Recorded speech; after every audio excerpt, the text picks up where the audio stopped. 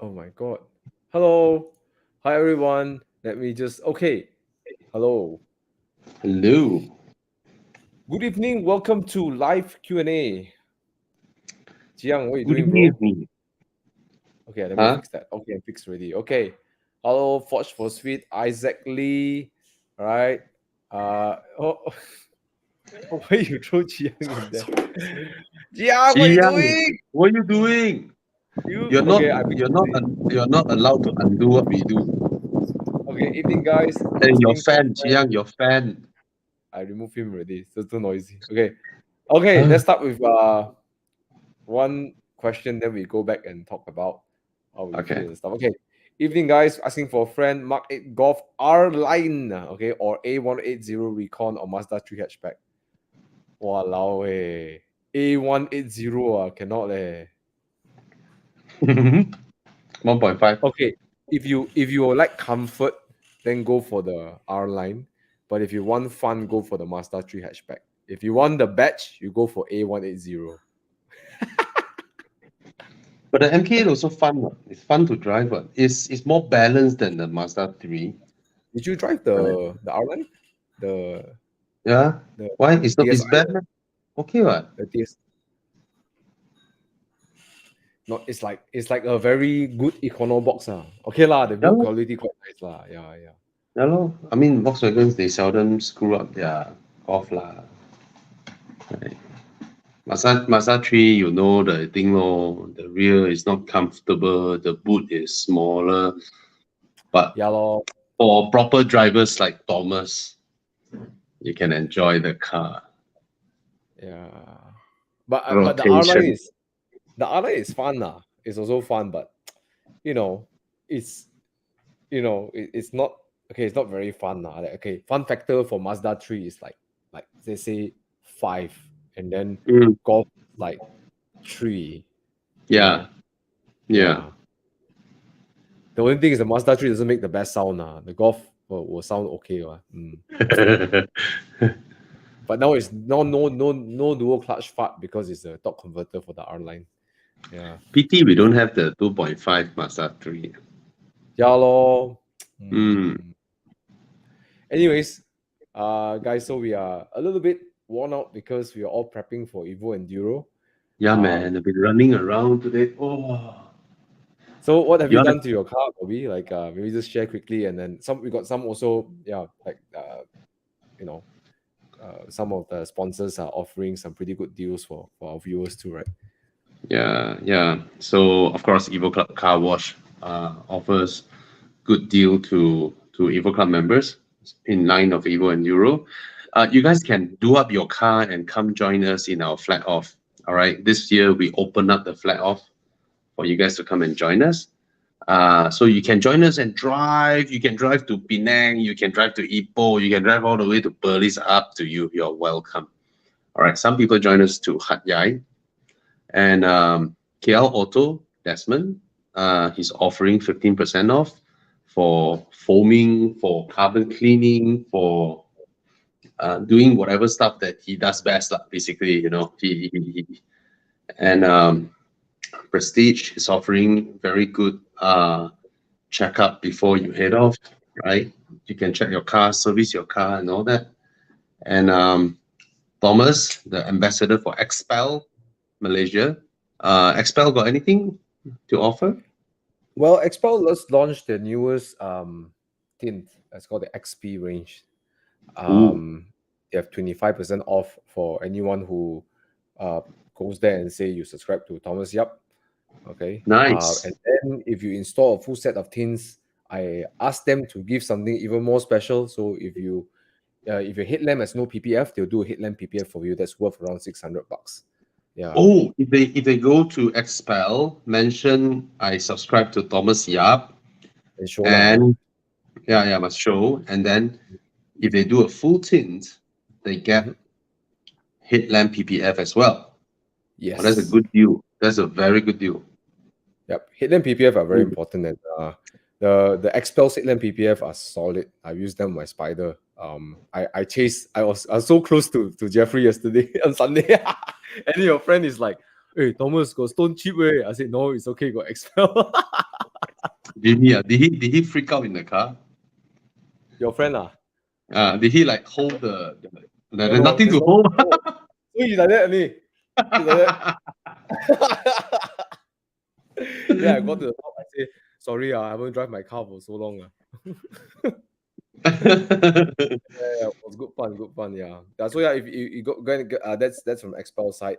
Does GT have anything? GT?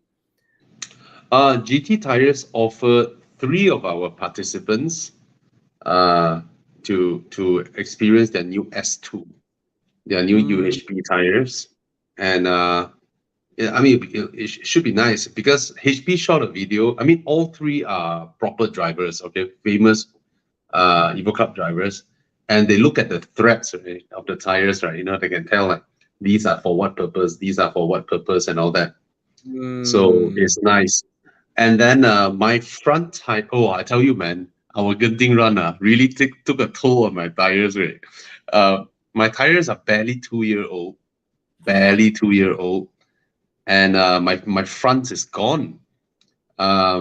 So the shop that I went with HP. So I was like, since GT offered 3 of our participants, so I also asked for GT, but they only have the sizes for my front tires, which is all right because it's the front that were worn. So now my car got yin yang tires, front GT, rear Conti. At least they rhyme. Your driving style, you probably get more front wear because until you learn what Marcus taught you, you have more rear wear than the front. And my rear will always go faster than my front. Yeah, my rear will just disintegrate itself halfway through, and the front is like, I'm so healthy. The front is always healthy. Yeah. It's okay. The front tires are cheaper than the rear because the front usually thinner, less wide than the rear tires. Yeah, man. Yeah, so it's interesting. And then what have we done? We changed our headlights to laser projectors. Oh, they're freaking amazing, right? Yeah. Oh, I can't wait to see I was driving on Sunday on the way to Evo Club Tri Station. There's a huge pothole in the middle of the near the roundabout there. After roundabout. But my light was shining so bright, I could see it like almost 100 meters away. I can see like, okay, there's a pothole like around 90 meters, like 80 meters, below 100 meters. Like I could see it so far away. Whereas my old by Xenons, I would probably see it like only 30 meters away. Then I'm like, off, right? You know, yeah. My old by Xenons can only see 30 meters away. It's useless. Yeah. Yeah, useless. Mine's even worse, the LED one. So what I did was, the 6 Series, BMW always got 2 light modules, right? Do you know on the 6 Series, right, Thomas? On the 6 Series, the light module, the inner one, the one that is slightly smaller one, the inner one, is actually a dud. Oh. It's a fake in the 6 Series. This will give you the Corona ring, just to house it inside the Corona ring, but it's actually a dud in the 6 Series. In the projector xenons, okay? So they're not bi xenons. Then if you pay more for LEDs, both LEDs work, but the LEDs were actually dimmer than the xenons. So I changed mine to LEDs earlier on, and then wow, it looked great in the day, and then at night it's like, help me, it's rubbish. So at first I went to CSB. We took out the right one, the outer module, then we changed to laser projector. So I did a video, right? Boom, it shoots damn far, and then it's bright. Then I was happy, and then then I went back and upgraded the inner module to change to LED projectors. So the LEDs give me a wider coverage, whereas the laser gives a longer coverage. Okay, we got this from Facebook, right? Okay, Facebook streaming got issue. Can you work on this while we answer questions? Yeah. If this continues, try making a new broadcast or remove this destination. Yeah. Okay, there's just a lot of questions over here. Let's just knock some out. Hey, Thana, hey guys, what's up, bro? how are you? Yeah, sorry I'm late. Yo, Some things to do. Yo. Okay. Why? We've been talking a lot, so let's knock out some questions and then get back to some chat. Hui Yeah. Ju Jie, is it SL400 a good buy or F-Type S? Thana. Both also. Both also uncle lah. Hey, F-Type S no F-Type uncle. no lah. F-Type Okay. proper sports car, bro. F-type is more lah. But I'm saying it's how like say, it's grand touring sports car. You know, like kind of the vibe is there. So I'll be happy with either one lah. You know, it's more preference lah. Yeah, I could see myself rocking both lah. The SL400 actually looks not bad lah. But Sleek for man, half a million, bro. the front, you know, The front looks alright. Yeah. And then Exactly. there's So, an IWC watch right inside there. Correct, No, correct. this one don't have. I don't have. This Funny SLC thing for is, this is the time where the Jaguar may have a better resale than the Merc. Hey, the Jaguars, that 6-cylinder supercharger is insane, man. It's really Oh, good. yes. It's good, yeah. Oh Yeah. yes, both engines sound amazing. Yeah. My friend owned it in UK for a while, and he just loved the car, but he had to sell it because he wants to race. So he went back to his he had a Turbo S, and then he has the E90 M3. So I'll pick the Jaguar lah. Jaguar more epic lah. I mean, yeah. I mean, as I said, I wouldn't Sportier. be. I wouldn't give either one. But yeah, Jaguar is unique, different.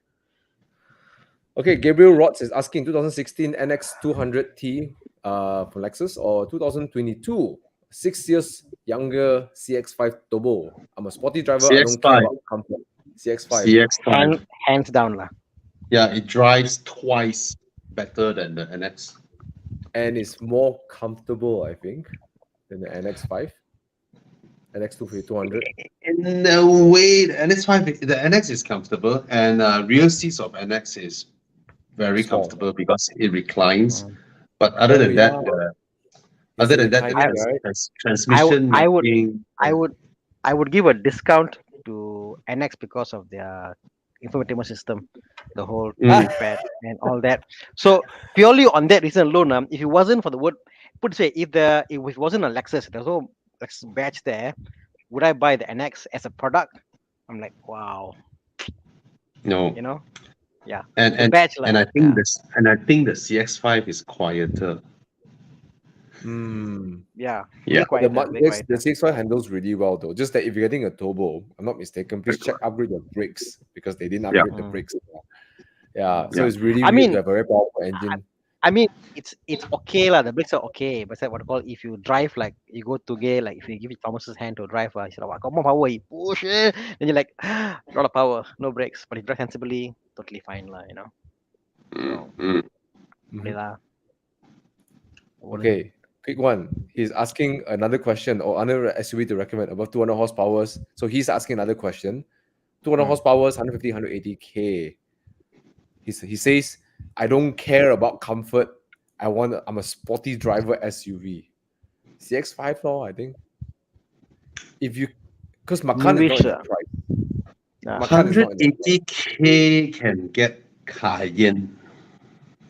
Oh yeah. Macan cannot get. Cayenne can get. The previous generation, the pre-facelift Macan S or Macan. Sorry, Cayenne. Yeah. 2013 diesel, 150K. Oh yeah, the Cayenne handles well. Like it surprises people. Like even that generation surprised me how well it handled. Yeah, that will handle different level than Mazda. Yeah, the solid feeling. Chiang, I think we have issue with the streaming on Facebook. We just have a look and see. We've got people who are saying that the live stream on FB is ended. Just have a look. Okay, there's one way to do it. We have to recast ourselves. There's one way to do it. It's okay lah. It's okay lah. Okay. It's okay okay, why don't we do this, Chiang? Why don't we just put one post on Facebook and let them know that for this time, please come on and join at one of our YouTube lah. Yeah, go to Thomas or Thana's channel to watch the live. All right. Wow. Yeah, went down, man. Horizon is 0. No views on Okay. Anyways, thanks for watching, guys. If you haven't watched, go watch the 24 hours challenge. Not because it was Oh yes. epic, Oh but it was yes. one of the most. I mean, like, yeah, it's one of the most epic things I've done now. So I love to share it with everybody. So go and check it out. Um, the three episodes from Bobby, Thana, and myself. Yeah, It's epic this one. I'll never forget it. There are things that happen which I can't actually say out loud, but but you can get but you can also get the epicness of what else could have happened, during the drive. A lot of things could have happened. I'm just to say we're happy to be home safe. Yeah. And the funny thing is there are people who made an issue out of, wow, you go 170. It's like, fuck you, bro. It's a McLaren. Shut up. Shut the fuck up. Yeah, man. Hey, even Axias are going 150. Okay, so Okay. Exactly. All, Exactly. all I can say was when I was Yeah. driving back. This is full disclosure, lah, okay. When I was driving back from JB to KL, it was a good weather, lah, daytime, correct. And I had an Audi A7. I drove faster in the Audi A7 coming back than the McLaren because McLaren was like bad weather, raining and stuff. So Yeah. I drove really fast, lah. So I think all of you guys who got Audis and BMs, honestly, guys, I think very few of you never hit the speed limit lah and above lah. So just don't be a hypocrite lah, Those who So- said they didn't, right, are liars. Liars Yeah. lah, come on lah, bro. Yeah. Yeah. Because the speed limits are too slow for modern cars. That's the reality of it. Mm. okay, as host of the I point Con, myself very host loud, of your the- kid. Con, super loud. Super loud. Sorry, yeah. All right. Okay, as host of today, or I appoint myself host, so we gotta keep moving to answer all these questions. Okay, KH Yap is asking, evening guys, is 2016 F30 320i LCI worth it? LCI 105k. Any common issues besides tire? What is expected maintenance cost for 3,000 3 years on the road? Now, the cost I think is very vague. Okay. What are the issues? Tana, would you? This is the B48 216 should be this is the LCI, the B48 engine. From what we know so far, there are almost no known issue with the engine. It's totally solid. But the thing is, for me, 100,000 for the car. Yes, it is there. Okay, I guess 100k, A 100k bit is not not bad. that worth it, right, Tana? You know why? But Yeah, it's like because if you go 105 for year back, 320i. if you go 1-2 years back, the prices are like crazy, like 50k, 60k can get what I call for the N20 engine. So the question is like, would you pay, let's say, extra 70k for a G20? Because 180k I've seen for selling for the But what if G20. his budget is only there, bro? Correct, but again, it's about period, how long your loan can get for, so all that put together, I think it's a good car. I think it's a good car. My only complaints with the 320 is that the F30 is the NVH lah. I just can't take the NVH like just a bit loud lah. That's And modern car. Desmond to help Yeah, Auto. exactly. Correct. Just get it sold.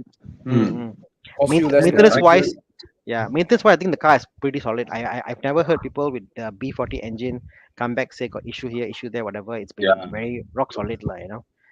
You, Yeah. So but for go a ahead, car man. this Buy age, it. you probably have to expect that your suspension might go, your dampers might go. Oh, your yeah, lower arm for might sure, up. for sure. So they're all wear and tear things, not critical, Mm. but to increase your ride comfort. I think. Anybody which tells you that the spring can be reused and only change the absorbers, they're lying.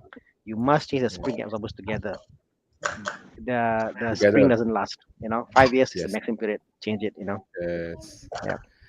Okay, let's take a look. Luigi. Okay, wait, over there. Evening, guys. Thoughts on Mazda 6 GT wagon or Megane 250 Cup? It's What's a like GT totally wagon? different brief. These two cars, they're both good, but they're like totally different brief. You know what I mean? But the Mazda 6 drives really well.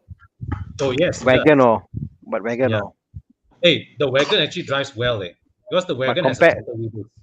compared to a Megan. The Megane obviously is the more exciting car, lah. If you ask me. You know, it's funny, Bobby. Yeah, like I always bought cars like thinking, okay, I want to buy a small car or a big car or a SUV. But people out there also who are looking at, okay, at this price point, what do I get, lah? You know, and I can Yeah, understand exactly. I can understand the Everybody thought buys process. cars like that. Correct. They say, okay, this is my price point. I can experience different things, like, you know, and totally get it why they Mm, will compare it this way, like, you know. yeah, So yeah, you yeah. know, mm, Okay. why not? Are we okay, bro? I'm okay. Mm. I'm just waiting for, because when there are too many people talking, right? So I better Mm. wait and keep quiet. If not, it's gonna get, Oh, oh. yeah, for the audience. Yeah. Mm. Oh, so you want my opinion? Mm. On the Mazda 6 GT wagon or Megane 250 Cup. Mm, you ask yourself which one comes from your brain. No? The brain will always give you the more practical choice and all that. And then which one comes from the heart, and always follow the heart, right? Because you look at the same money, I could have bought this also. But if both are okay for you, that means you don't need the practicality. It's just that that car is pretty nice. Then you go with the Megane. The good thing with the Megane is that you can buy it now and then you use it for a while and then you sell it and then you don't lose any money. Then you can buy a Mazda 6 GT wagon if you found one by then at a cheaper price. So a four-door sedan or four-door practical car will always slowly go down in value, whereas a two-door sports car, they're there. Once they hit a critical point, Megane is at that critical point, and it will only be time where it slowly swing back up. The Megane is definitely a car that will swing back up, but that will take some time. No, it will swing back up. It will. Yeah, because the next Megane currently is like 200. How much? 250,000. Use one. 450 to for the Megane RS Yeah, GT. yeah, yeah, Cup, sorry. yeah. It's just that between the old Megane and the new Megane, there are Toyota 86, there are Volkswagen Golf GTIs, and all that slots in between. So, yeah, it's at its not lowest forget- point now, 60, 70K. And not forgetting that the Megane RS, the latest ones, there are only 6 manuals around. So people want manual, they must go to the Mark III, which is that one. Mm, yeah. And RS batch is no more, and Megane also bye-bye, no more petrol. They'll be electric already. So this are the last sets of, and you ask any Megane owners, the Mark IIIs are the one that they all love and they want to get back. The Mark IV don't garner that kind of craze lah. So the Mark, I believe what you say, it will go up in value a bit more, or hold its value at least. But the good thing with European countries is that they are a democracy, and now we've heard politicians trying to submit bills to repeal the earlier where they all voted, oh, we will not have ICE in 2030. Now the politicians are putting the bill, they're submitting the bills to ask for parliaments to approve to delay that, so that you can always trust democracies to U-turn, because they do things that appeal to masses at that very juncture without a Yeah. long-term thinking. So, oh well. So they may come back. Who knows? Anyway, okay, come. But the Quick. RS batch is no more. The Renault Sport is no more. Just Yeah, that's one thing. feels sad. Yeah. Okay, Luigi is asking, hi guys, looking for a hot hatch around 50, 60K between a 1.4 Golf, I assume Mark 7, and a Ford Focus 1.5, which is the one with the dual clutch, which is more, I think torque converter, sorry, which is more Torque fun. converter. Any reliability issues with the 1.5 Focus gearbox? Open to other suggestions. The 1.5 gearbox is really a torque converter, and from what I know, it's less problematic. But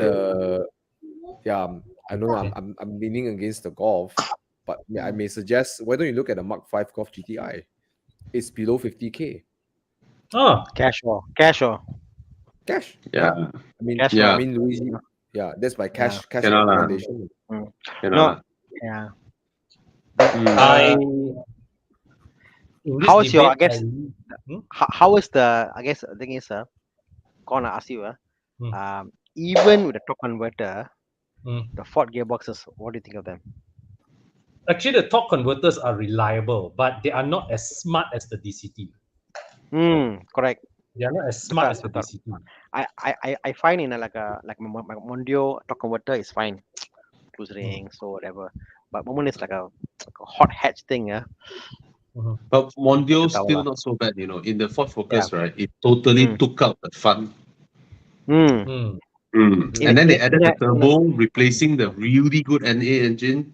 yeah. That previous NA is so good, way. Yeah. Yeah. So Yeah. yeah. So yeah, lor. So in my thing, my application is fine lah. But in a small hatch, I would definitely go for a golf lah. I'll compared go to for the two. golf. I'll go Yeah, for the golf. without no question ask golf lah. I MK7 prefer is the so good. I prefer the way the Focus drives, but I can tell you, right, the Golf will be an easier car to upkeep in the long run. But Con, Hmm. in terms of handling, right, Hmm. the Golf probably is only a little bit below Yes. that of the Focus, and then everything Yes. else is way better. Space, Correct. comfort, interior build, Correct. reliability, everything else is better. You're right. So You're right. pick the Golf. That's why as I prefer to drive the Focus, but the Golf is still the recommended choice lah. Not to mention the Focus rear seats are rubbish. Absolutely rubbish. I'll give you some Absolutely pricing lah. rubbish. If someone as The- tall as Bobby sitting in front, right, the rear Yeah. seats cannot use already. Yeah. I'll give you some pricing lah. A Ford torque converter, just to change, we're talking about 6K. The Golf, if it's the mechatronic, PSG. 2-3K mechatronic, you've given yours, they give back to him, kau team finish, But So it's not just that. All the other auxiliary parts. No, that's what I'm saying. anything goes wrong, No. the Ford is like, No, that's what I'm saying. I'm saying that as much as you got to be really committed to buy a Ford, and the Ford price is actually much more costly compared to VAG. I'm making a Oh, case yes. for the Golf now. Yes. Oh, Yeah. it's I'm more making a case now, expensive. So because they're so rare out there, it's not there. But said that the entry point for the Ford is much cheaper in some cases. So then like balance back out lah. I can justify but yeah, I will go for the Golf lah. It's cheaper So to maintain. guys, Yeah. you all have to trust them because in this live chat now, we have 4 person who own Fords. Thomas Yap had a Mondio, Con has a S-Max, Thana has 2 Fords, a Ford Escape, but Ford Everest and Ford Mondio. Chiang has a Ford Escape. And I had a Ford Fiesta for a couple of months also.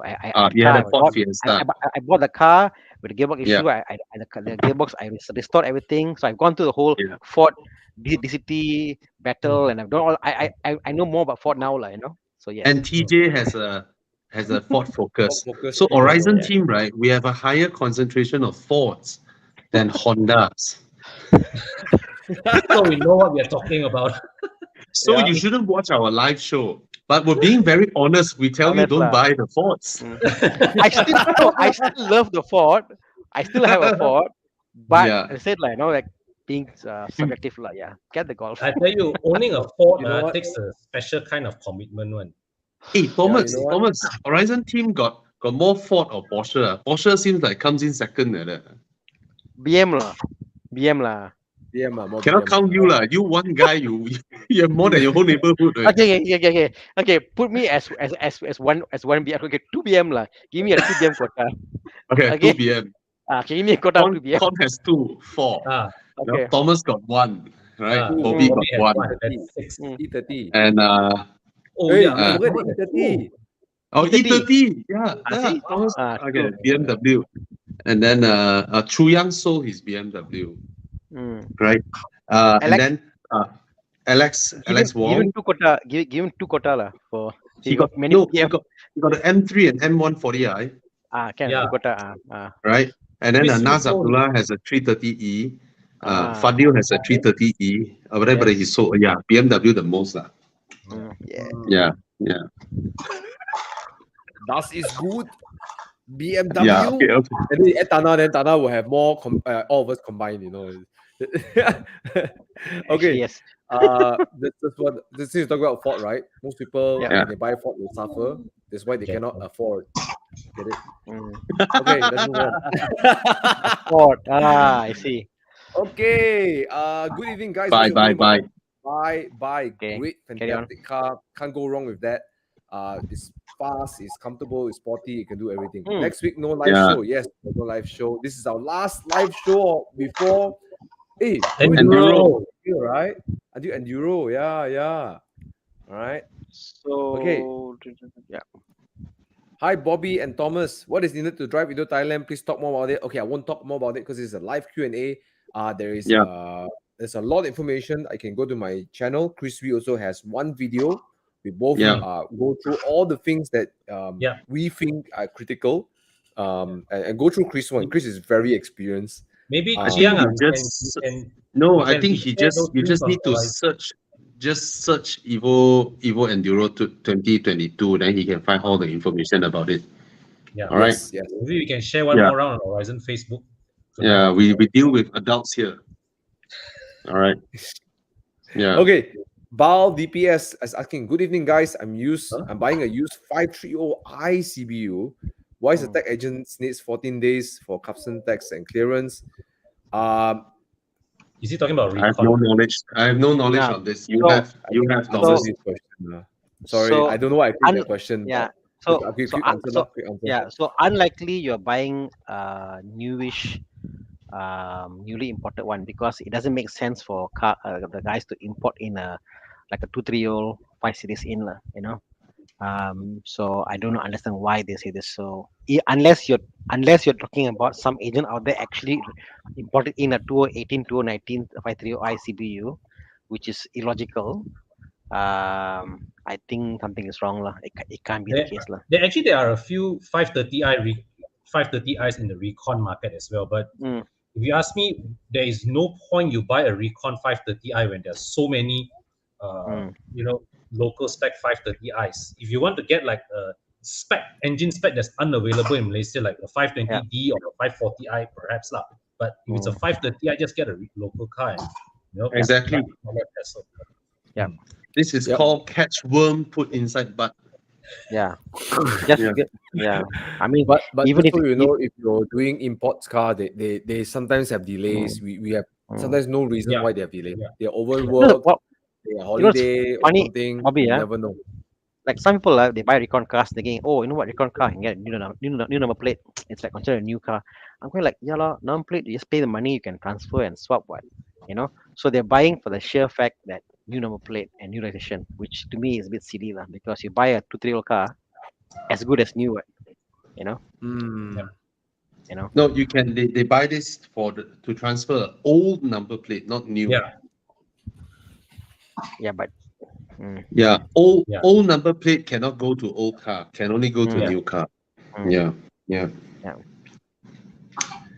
Okay. Anyway, K Jab is asking, budget around 100K only, wanted to get 320D around that year, but too pricey and rare. Yeah. Oh. So KH Yap So spoke what else can earlier you about help? getting the What can you recommend him? actually, right, I want to say this. KH Yap, if it's the LCI, Thana, LCI is B48, right? Yes. Then you get the 320i. You can. It's better lah. It's better. It's more fun. And I noticed that the LCI non-plug-in hybrid cars, right, the values seem to be creeping up. They're holding their values very strongly. Compared to Always higher. Always higher. So 20i or 30i or so. Yeah, it's a good buy at 100K lah. No doubt lah. Buy it. You know. It's about there. It's about there. Yeah.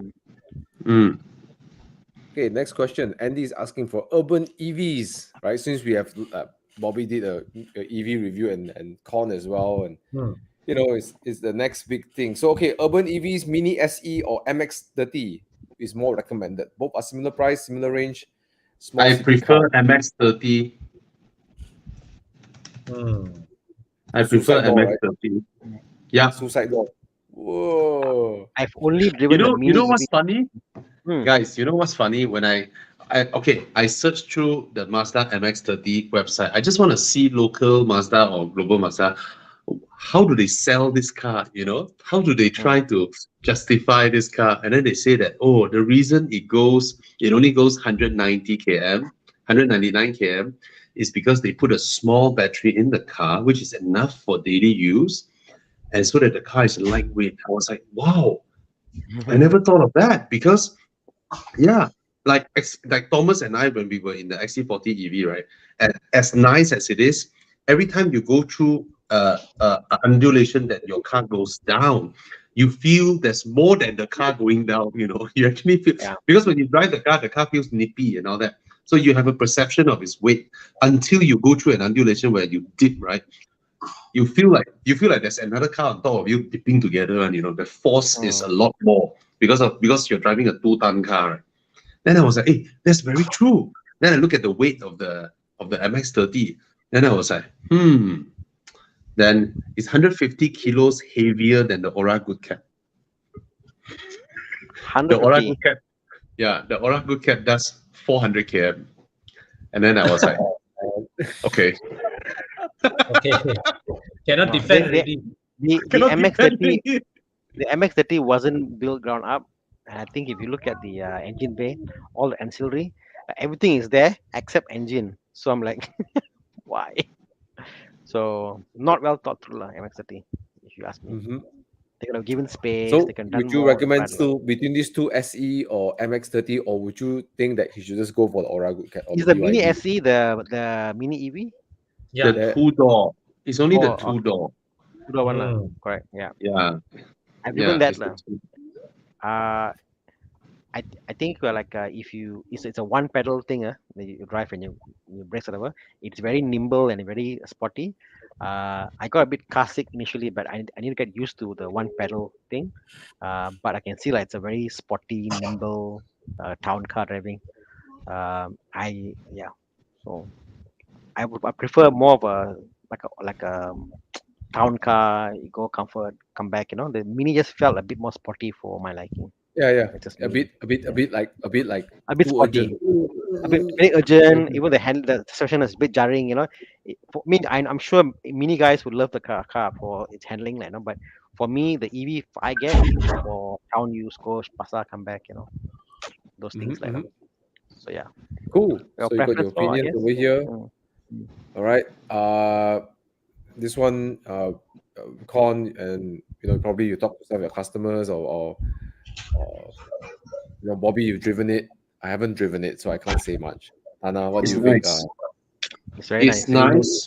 In fact, very nice.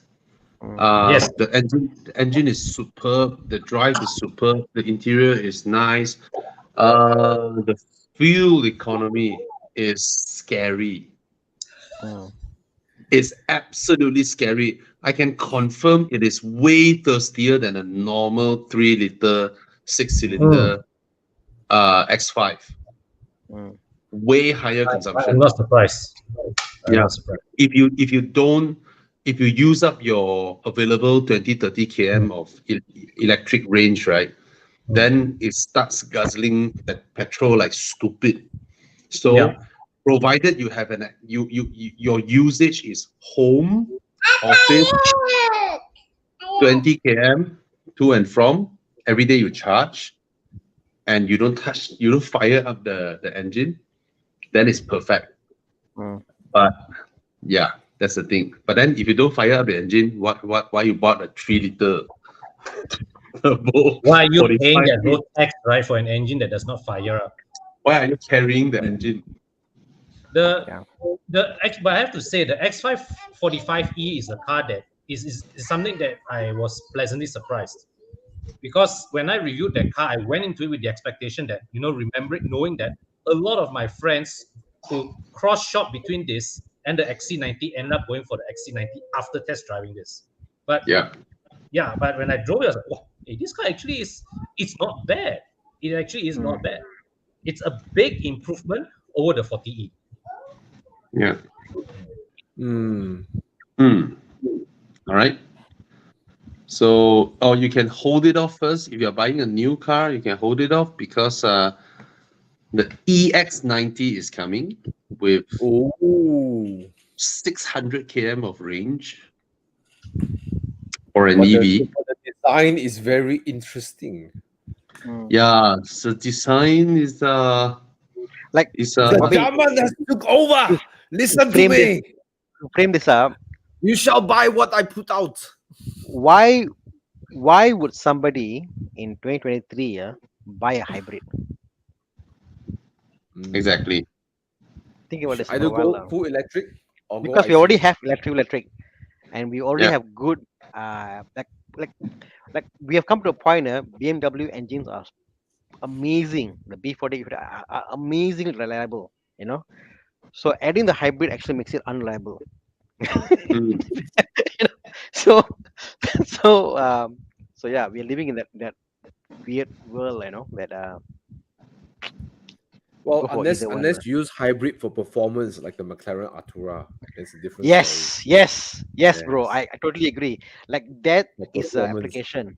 Like I find that the even with the T3OE, you're right. I can imagine back there is still performance in that T3OE. If you're buying for performance, I can understand. If you don't care about everything else, performance, I understand. But if you say, oh, fuel economy, I want quieter ride, no, I think the G28 we drove, the 330 Li was so quiet. I was thinking, is this a hybrid? Was so quiet. So Mm. so we are living in the era, very quiet cars are there out there. Mm. Mm. Darshant Rao, good morning, gentlemen. I'm planning to buy a Peugeot RCZ 212 automatic. What's your opinion on the maintenance and performance of the car?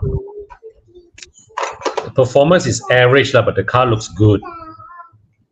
The For you, the auto car has looks good. less torque. Mm. Yeah. So that could, and also because it's a torque converter, uh, it's not the most dynamic gearbox for such a dynamic car. So Dynamic. I wouldn't buy RCZ if it's auto. I wouldn't buy it. Sorry, because Mm. if you want something that looks cool, I don't know lah. It's just the Yeah. auto isn't the smartest one. Also, I mean it's comfortable lah, I guess. It's a Porsche gearbox. Yes, Huh? it's the old Porsche gearbox. It's the old four-speed Porsche gearbox. 1, 2, 3. No, I was 4. Okay, 1, I have a 2, question. 3. I have a Okay. question. Mm. It's around the same price as a 2012 Audi TT Really? Go with for the the with the Audi. with the 2-liter turbo 6-speed DSG gearbox. And it But looks convertible, lor. it's Oh, the TT is easily the more capable car, lor. Yeah, and the less problem, right? Is it less problem? 213, really? Yeah. 2012. Wait, 2012. 2012. Wow. Audi TT. I'm looking at one that is like 70 plus, another one 80K. The RCZ is 60, 70. The TT is 70, 80. And I'm going to give you another benefit of getting an Audi TT. It runs Right. the EA 888 engine, which is more documented, more ways to fix that than the Prince engine isn't the most Hey. reliable And engine. more tunable too. And more tunable, yes.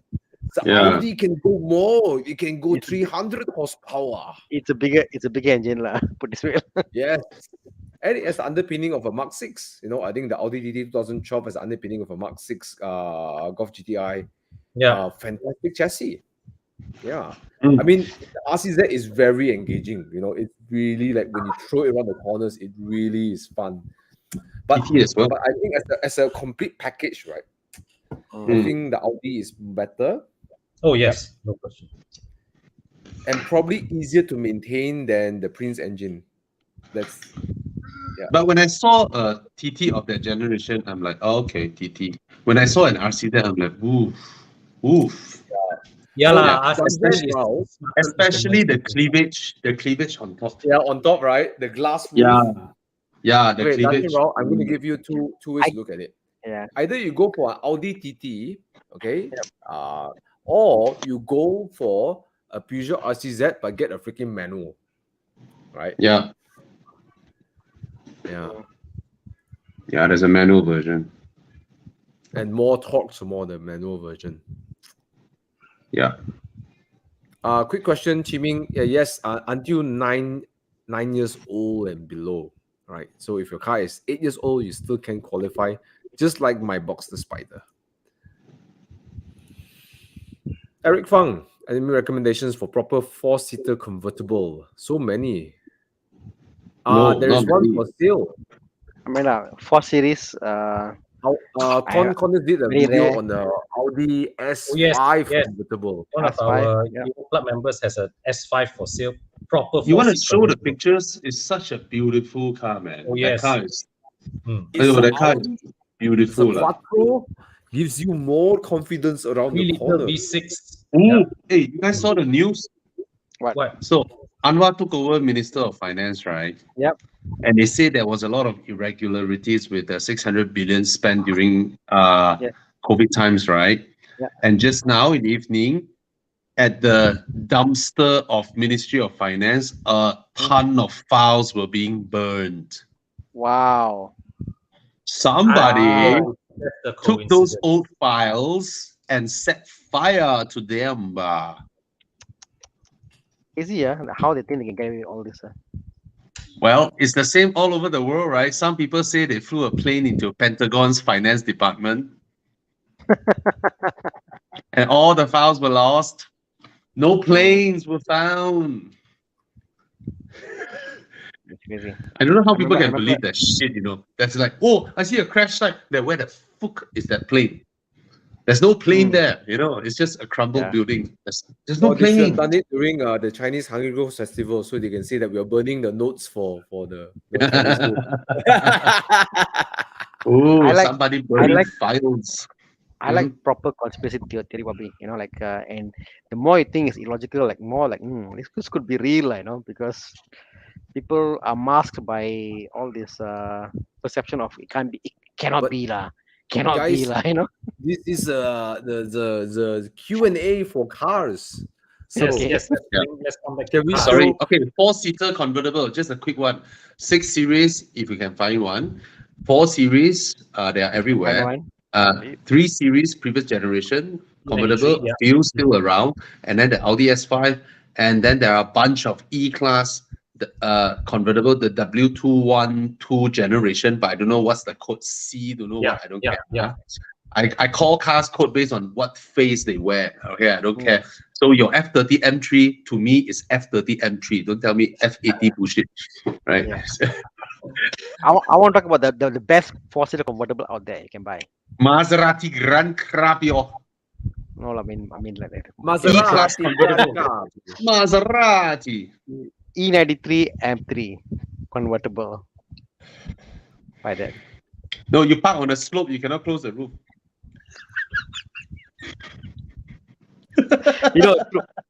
That car called a convertible, it creaks, the ace creaks. So yeah, I mean, you're right.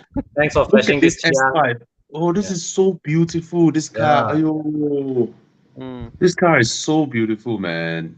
And It's an the Audi. owner spent Mm. quite a bit of money on with us to do the full enduro cleanup package as well. So and also I will, Look at it. and whoever that's interested to buy this, I'm going to give you another round of enduro package to clean up the car beforehand. Con, please do a video. We get this car parked next to a E93 convertible. Then you compare the interior. Same generation. You Yes. just compare, right? It's like heaven and earth. right? Cannot Audi interior cannot compare with any other car. Come on, be Look at fair, that. Bobby. Whoa. Audi interior is Porsche level. Yeah, The quality, the quality. Mm. I mean there are some bits here and there, like all the buttons, all the older ones, quite this thing. But in terms of fit and finish, how strong they are, brilliant. Ew, so nice lah. Wow, con drop top. Con, it suits you. Come back on. Now that time I haven't cut my hair when I M5. filmed it. You have too many BMWs, Con. You need an Audi in your life to keep you planted. Nine. No, as Yeah. I was joking with Thomas that day, You want the haven't M5. experienced it until you try oversteering an Audi. Okay. You can't. So I think that's a really good 4-seater convertible if you want a cruiser. But yeah, 4 Alright. Series, 6 Series are rarer, but those are, I think the 6 Series is worth getting, really worth getting. Yeah. Mm. If you want a cruiser. It's a second hand. Okay, not hair. Second-hand Kia Optima, a good buy. Budget 60, 70K, 24 years old, would like to own a sedan. So this very handsome dude here wants to own a sedan. What would you recommend? 24-year-old dude. Kia Not Optima. Optima. Better than 60, Civic? 70K, okay lah. Get a loan. Better than the Civic? Civic, 60, 70K is what? Can FB. get, you can FB, get the early. I know of one for sale at 55 lah. Yeah, it's not worth it. Hmm. I wouldn't get an FB. It's a piece of shit. Mm. Yeah. The FB corners better than a No, FC. no, FB doesn't drive well. Really? FB is soft. FB is when Honda back then was trying to be Corolla, you know. Hmm. Hey, let's make a soft, nice sedan, you know. And then it's like you go Civic gathering and you see all FC and then oh, what is this? Wow, this guy Huh? go 70 plus ah? Wow. Serious ah? Oh, look, got 3 pipes behind some more, bro. Wait, Civic dropped to 70 already ah? Hey, it's a Starting 6-year-old car by now already low. Oh, Hmm. then okay lah. Then FC, if you're buying the FC at this price, right? It's definitely gonna hold value way better than the Optima. Hmm. So Thana is correct. Yeah. At this price point, Go for the Civic. Civic. yeah. Okay. All right. Okay, Muhammad Iqbal is asking between Kia what Sportage does it mean? 2022 Why? and Volvo XC60, which one has been more reliable Democratic. for executive occasion for formal safety, though bring bodyguard? Which one's been labeled Huh? for the question from? Why you ask this question? I don't think it's for him lah. He's asking just for pondering only lah. But Wait, I'm trying to understand the XC60 question first. What's the question about? You- Democratic. Oh boy, painful, lah, bro. Wait okay. Is there a 2022 Kia Sportage? Got such thing in Malaysia? Yes, Kia Sportage has. Yep. It's not here yet, what? Not in Malaysia Yeah, yet. lor. Not yet lah. We answer you when it's here. It hasn't arrived. Okay, let's go. Apa lagi? Okay. Wait, got one question for Thana. Do you recommend a used F30 EM Sport?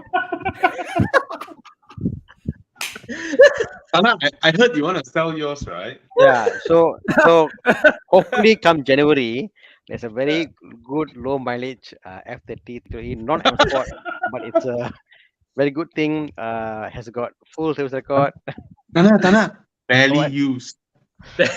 1 year not used. You know. Jual sebab jarang guna. Car King. Okay. And then you In just detail the defense, car. in defense of the BMW Marquis, I'm one of the probably the one of few thousand people actually cannot have the problem. I'm the most rare case, you know. The inverter, my inverter failed, you know. So, but other than that, I mean the car is. I'm in the forum. I'm in the forum for the WhatsApp group. They're driving it. It's been pretty good for them.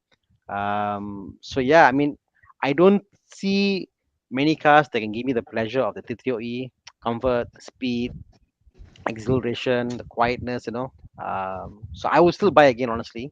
Just that I was unlucky to get a unit which had that inverter damage, and it wasn't because the car was faulty. My damage came because a stone actually hit my car, accident, you know, and it damaged. So the car was not the issue wasn't the car itself. While driving, a stone hit the radiator, and it caused the inverter to fail. So it's an accident. It's a out of luck like it happened. You know, it wasn't the car. But Tana, now that you identify the problem, and by January, if it is solved, right, then the car will be reliable from then on. Car reliable. Yeah. So again, just to clarify, the first batch of the T30E which came in Malaysia came with one issue. they didn't expect our roads to be this much of potholes and gravel. So there were cases in the first initial run, what I call that, where the stone chip canal radiator, because the radiator in the T30E is a higher compression radiator. It's like under a lot of pressure because of the heat from the inverter and all that stuff. So small stone canal and the whole thing puncture the inverter failed, The second batch which came in 2017 came with an additional like a wire mesh for the radiator, A shield lah. a shield. Correct. So Mm. all cars sold came with that, and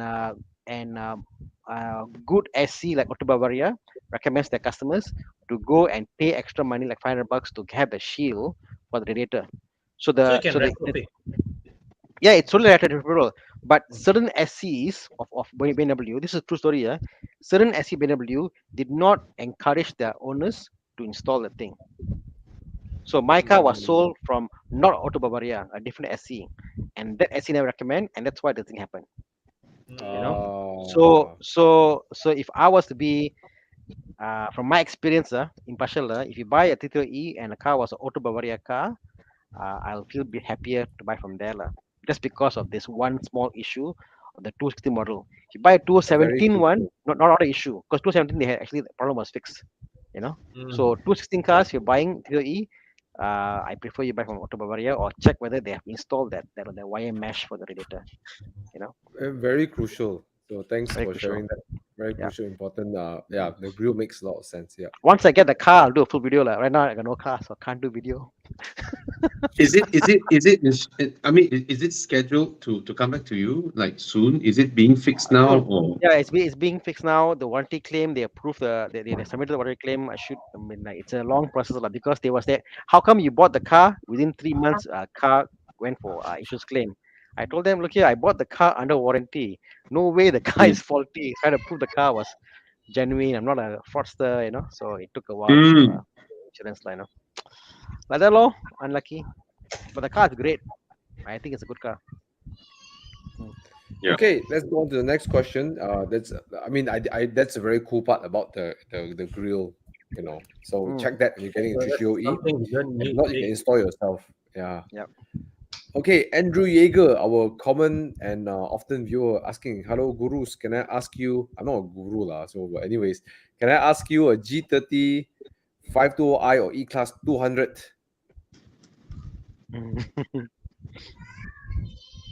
Both also we are like, I'm no, bro, I like the G30. G30 lah. Yeah, G30. Bro, G30 drives so much G30 lah. better. It's so nice to drive. yeah, bro. It's so good, And it's very comfortable. I like the rear seats of the G20 G30. Yeah. And if you happen to get the facelift, oh my god, it's so beautiful. Mm. So yeah, Okay, but pros and cons. I don't think the E-Class is a lot more comfortable than the G30, right?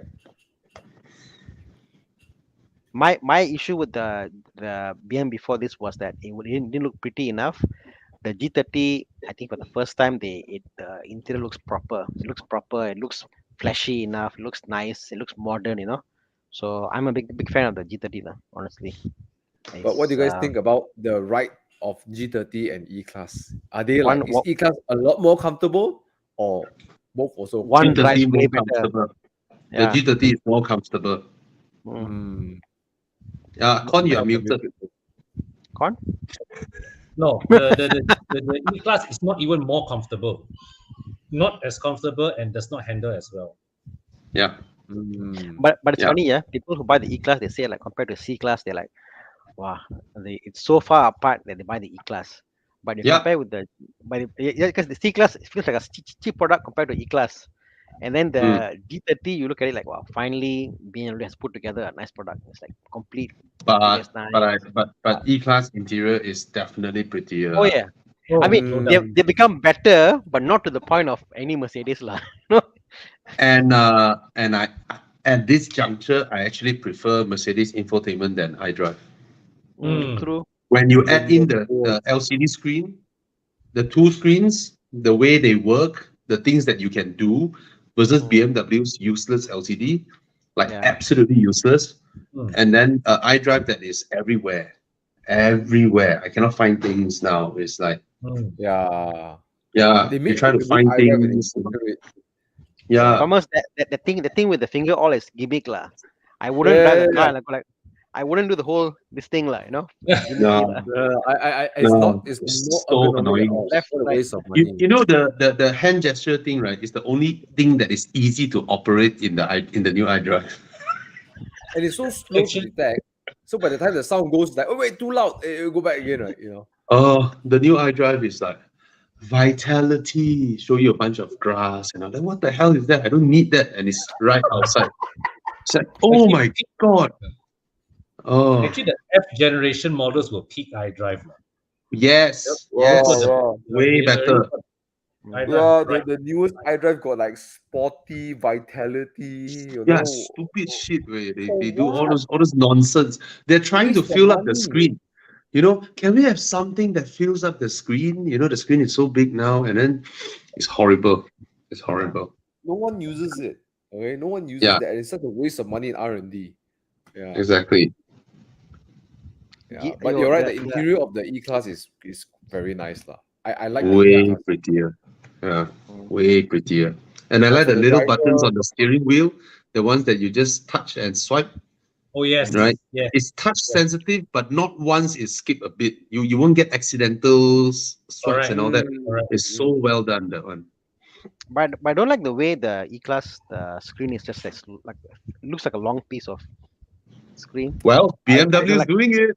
Yeah, now they're doing it like but I don't like cars that does that like so Oh, And BMW is going there now.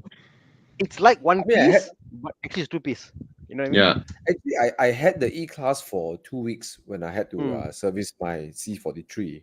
Mm. And I used to like comment about the big screen, right? After 2 weeks of driving it, right, I was like, it's actually not bad. It's okay. You can Yeah. accept it in a Mercedes, but rather you can't Yeah. accept that in a BMW for some reason. I think it's the things that it allows you to do, Hmm. But anyhow, I mean, fit and finish wise, I would vote for the BMW lah. Fit No and question. finish in the D30 is better than the E-Class. But Yeah. looks wise, the opening the door and like wow, like the E-Class has that lah. Yeah. Yeah. Yeah. Yeah. Yeah, I pick up my friend in the E-Class. They're like, wow, so nice. Like, no, I pick them up in my C43. They're like,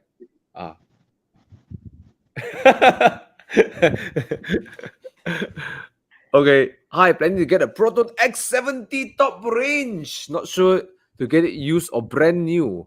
Mind to share which should I get and why? If used, I'm looking at 2020 and 100K range. Okay, 100,000 ringgit range. Okay, or any other SUV. No, 100,000 I think is the mileage lah.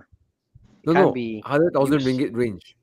Really used 2020 also is 100K still Wow, Are you kidding me? Oh, Cannot be lah. So high value. So high that's madness. If it's 100K 1,000 ringgit, I still don't buy lah. Oh no, maybe he's saying his budget is 100,000 ringgit range lah, right? Oh my okay, god, 2019, okay, Hmm. premium two-wheel drive is 83,000 ringgit. Ridiculous lah. What? Like Thi- almost It's It was 120, 80,000 is it? mileage, 80,000 mileage, and it's going for 83,000. It's barely depreciated. Yeah, I mean, like wait. one- depreciated lah. Con was 120, is it the top range? Yes, 120. So the like the 30K. the base model, right, is also like what, asking for 70,000. Crazy from 100K to 70K. Yeah. Wow. And Really and good. and if you buy it, and if you buy it now, the car is out of warranty, and then you want to find the parts got no stock. Wow, Wait, what year? fantastic. Out of warranty? What No year? lah, fire mean, warranty, so they still got Buy 2 more warranty, years. but if you buy the car now, I mean, Mm. couple of years for warranty, and then you get worse like okay lah if you want to buy lah, but if you can't buy a new one, but the pricing is so close, why don't you buy a new X70? It's too Cannot close. get stock, is it? Yeah. For me personally, it's too close to buy a Get used brand one. new lah. Get brand new lah. Yeah, you don't save much. You get longer loan and Yeah. all that, no issue lah, no difference. Yeah. We don't But often recommend buying brand new, but in this case, you might as well. Imagine They buy 2020, 2022, 2 years under MCO, but 100K. But Mr. Julian Pan, I got another car for you to consider. Rental. I was thinking when will it come. Hey, this is good. 2.2 good. diesel. Good, Great good. car. This is a Oh, great look car. at the screen way. Yeah. Hey, you need that. You need that. It has I mean, Koreans, the stupid infotainment. Yeah. You can carry more passengers than the X70, and you will outrun the X70 on highways. Mm. And it's really comfortable. It rides almost like a German car, you know. Yeah, it's very economical. Yeah. Did you know that this is the 2.2 diesel engine from Mercedes, right? They bought the patent and they kept Oh, really? improving it. Yeah, yeah. It's an Oh, I didn't extremely know that. reliable engine. My dad's first Inocom Santa Fe is close to 500K and the car still runs. Mm. No overhaul, nothing.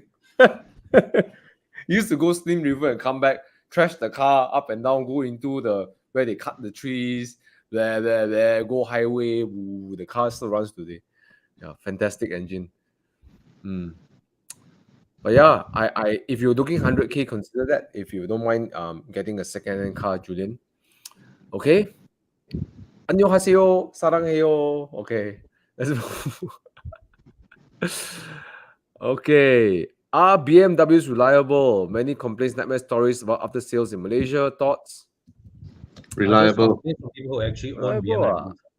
Okay, look, Reliable. if you're intending to get a car and expect nothing to happen to your car, okay, I think that's kind of, I don't know. I feel like a car ownership is very stressful when you have that expectation for your car, Yeah. right? But if you accept that cars are machines and sometimes some things go wrong, right? Then you anticipate that, okay, but it's not detrimental kind of things, you know, that will. The modern BMW is not detrimental. Today when I was changing my tires, right next to me is a LCI 528i. Malay owner sitting next to me, so we were chatting. So we were chatting, and then he was like, "No problem, right? Your car?" I said, "No problem." I was like, "What about yours?" He said, "No problem." And he said his business. I salute lah. He has many of these cars, and he said when he bought the LCI when it was brand new, right?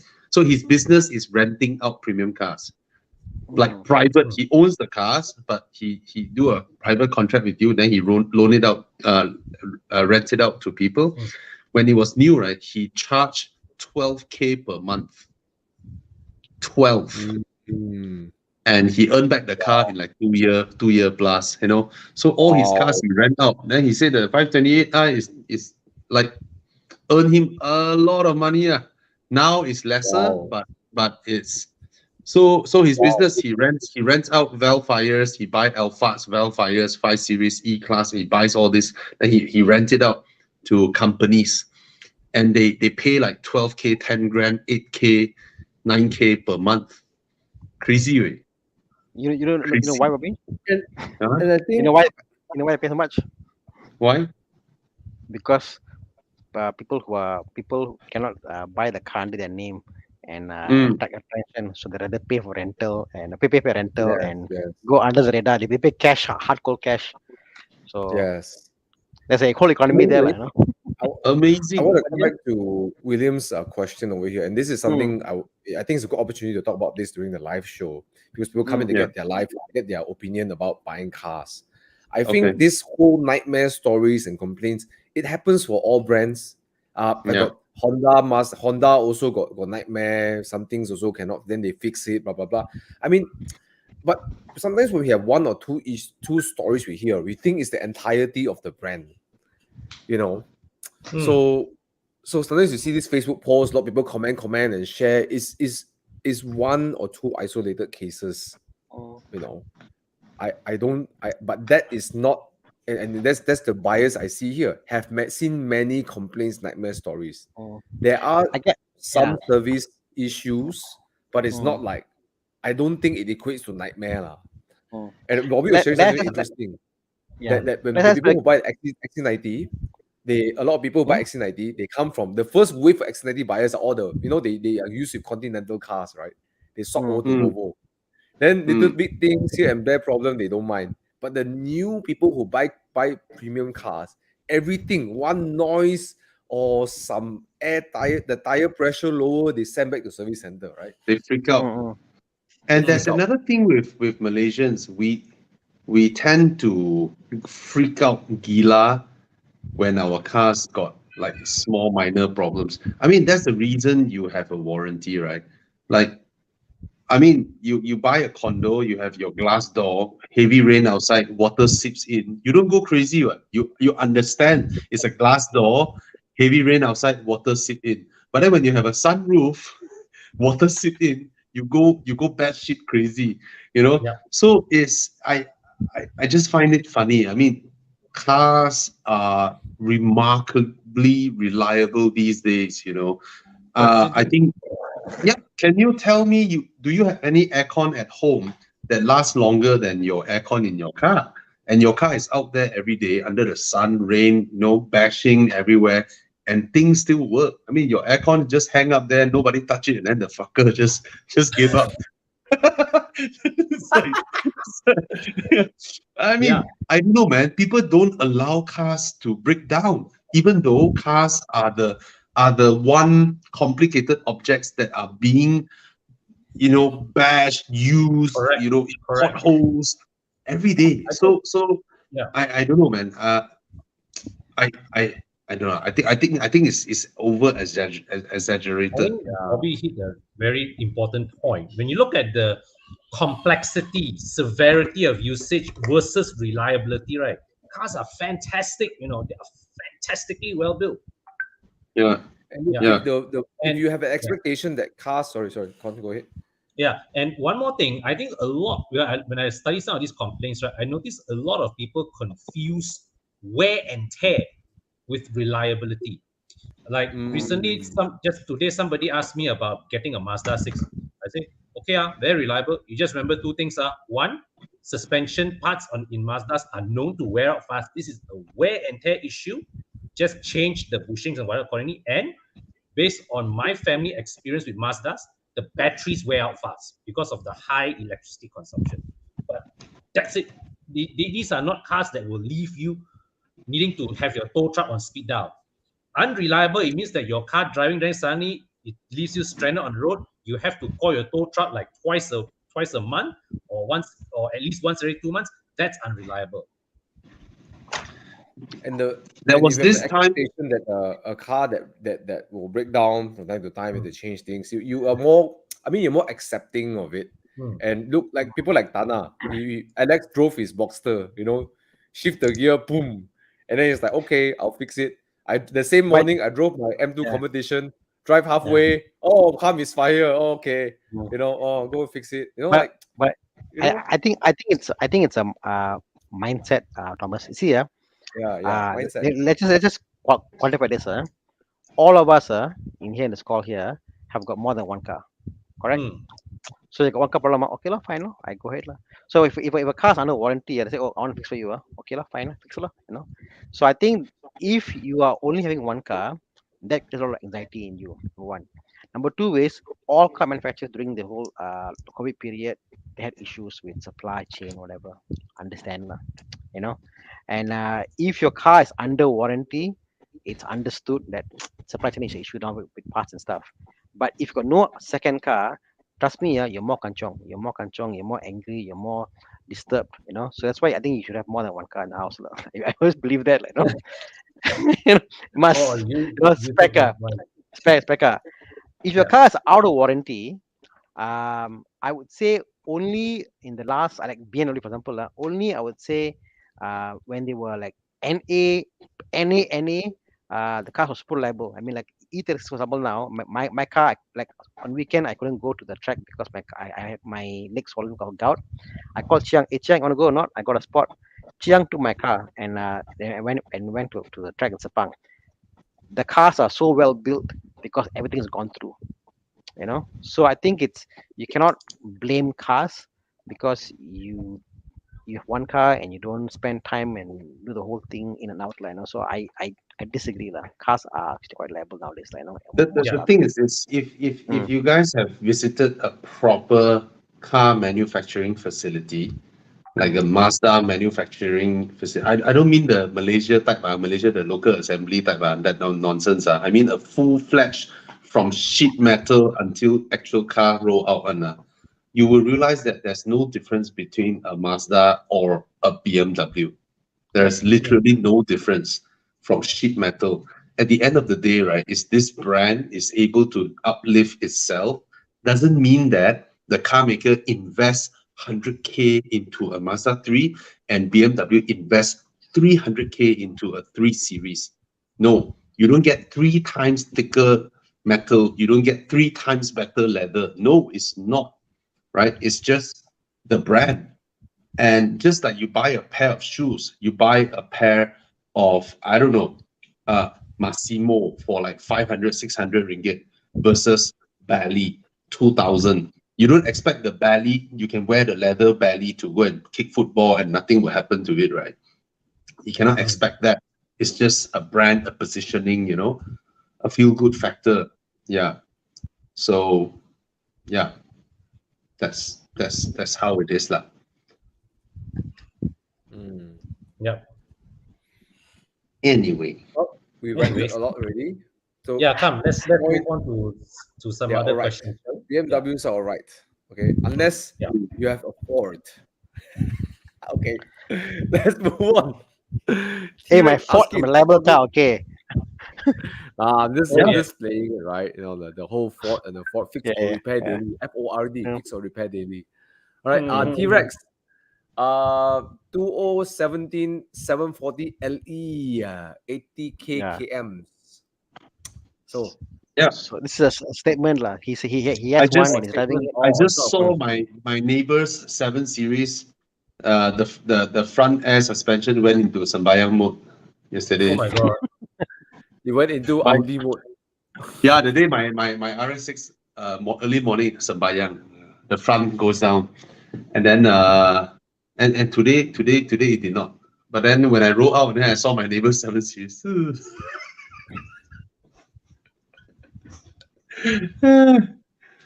Anyway, Okay, good question for Tana. Tana, why today's manufacturers don't want to introduce manual gear car like last time, but other few countries do it? Nowadays, manual car become rating. Demand and supply, long. You go Yeah. to you go to your Toyota dealership. I'll say I want manual. If all of you went there and say I want manual, Malaysia will got manual, lah. But the reality is today automatics are much better, noise No, pollution, handles better, faster. So, was but it but was it if you want, Mazda that hmm, kena, right?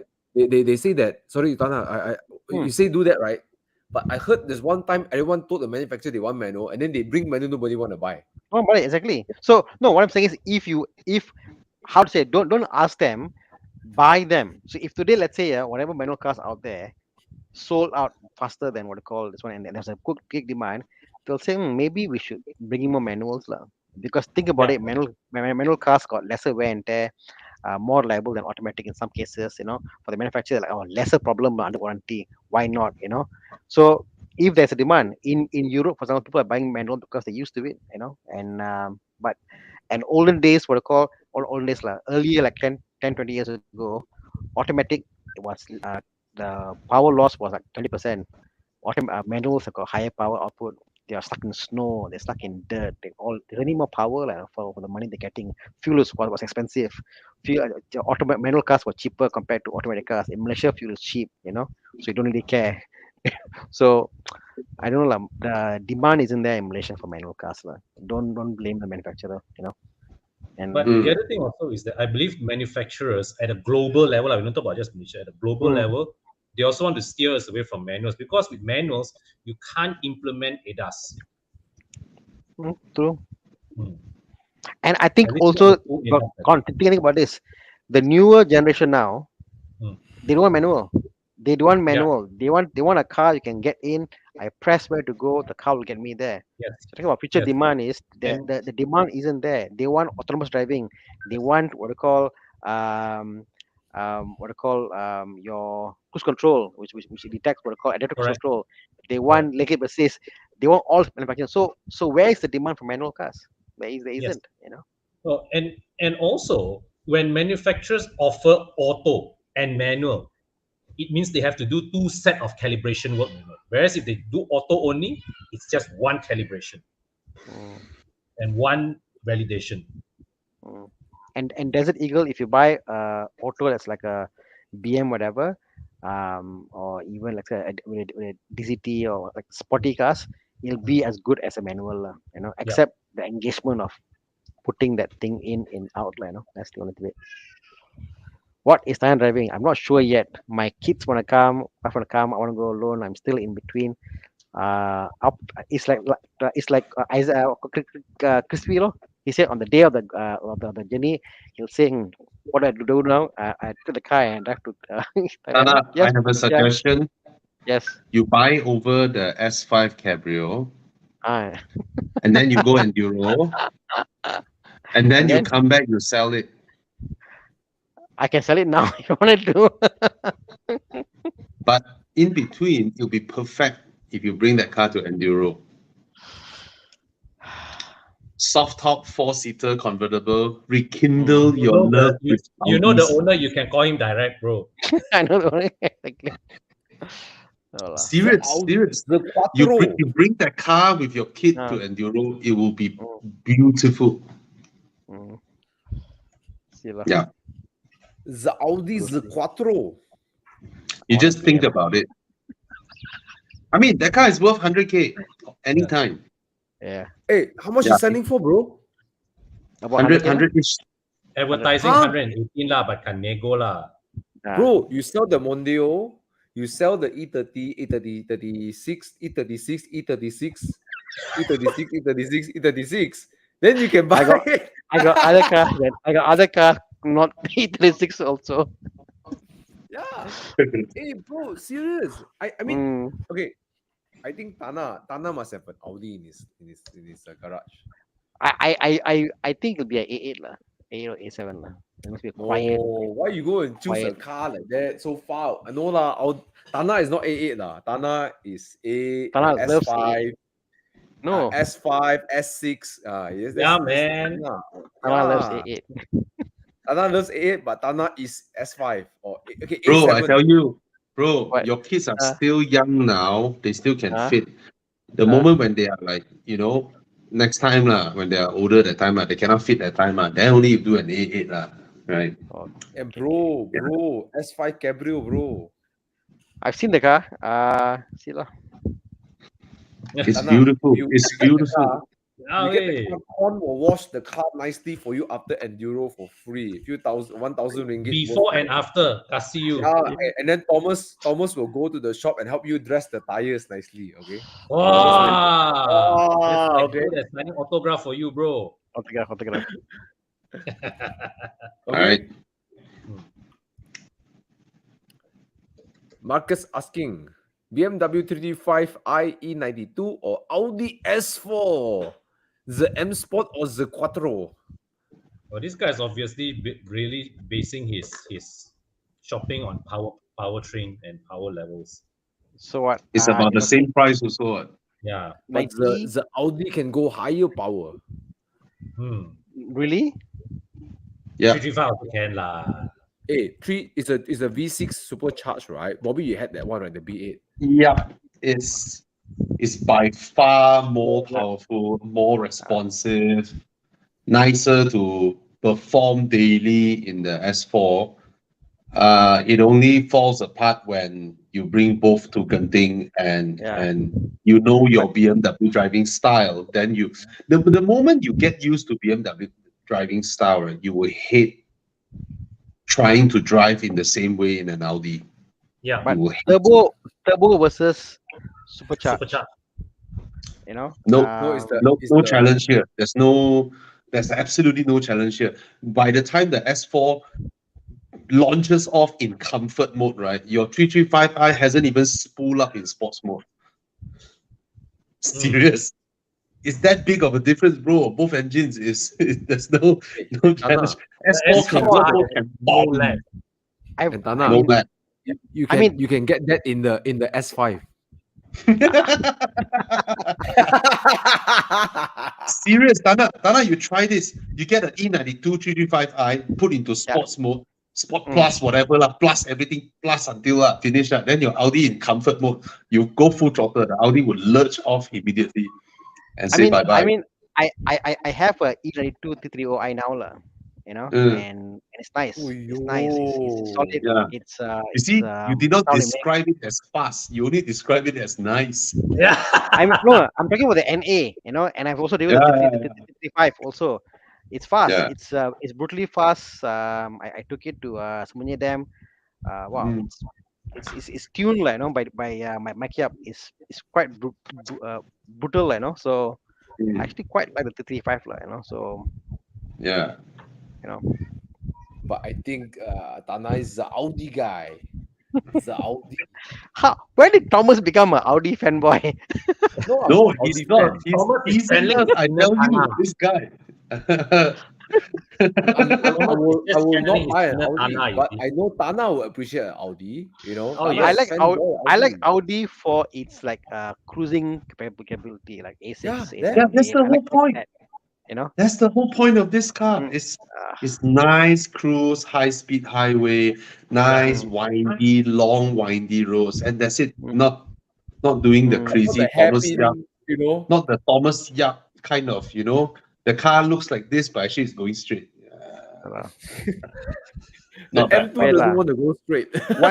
Once I sell the T30E, then I need to get. But now I got too many cars lah. I need to be. I need to No, this one rationalize you first. only you do the handover, and the handover took 12 days. And then you sell. Yeah, bro. Hey, dude, it's not that. Oh, dude, okay. Today is the 6th. Hey, Tomorrow you go to the car. got listeners asking questions lah, bro. Tomorrow you go thumbprint the car, all right? Ah, Then Ah. day after you do your final things, and then you go and change tire. Then you put the sticker on. You ready for enduro? I see. Oyo. Okay, let's You answer see Marcus. Thana Okay, wearing his glasses, you know. He wearing his glasses. He's my- going by Hua Hin, you know, like that, you know. So my part of the answer, the S4 is faster, higher quality interior, and it's thirstier. All right. Yeah. It's thirstier than the 335i. The 335i, if you are a very, halfway kind of accomplished driver and you're used to BMW driving, then you love how it drives. And the engine, when it comes up, you can mod the car. I mean, there's a lot of kits that you can mod this car until 500 horsepower, but you need to change mechanical stuff. It's not just a software away. And then BMW interior of this age is not bad, but it's not Audi level. Right? But both are old anyway. Okay. And then the 335i, you can attend drift class. The Audi, you cannot. But drift classes are expensive. Very expensive. Okay. All right. Apa lagi? Alright. Muhammad Hairullah. I'm a fresh graduate looking to buy new car. Looking between the Beza and Saga, which is better. Hope you can give me advice. Saga. So the Beza is different. You get it?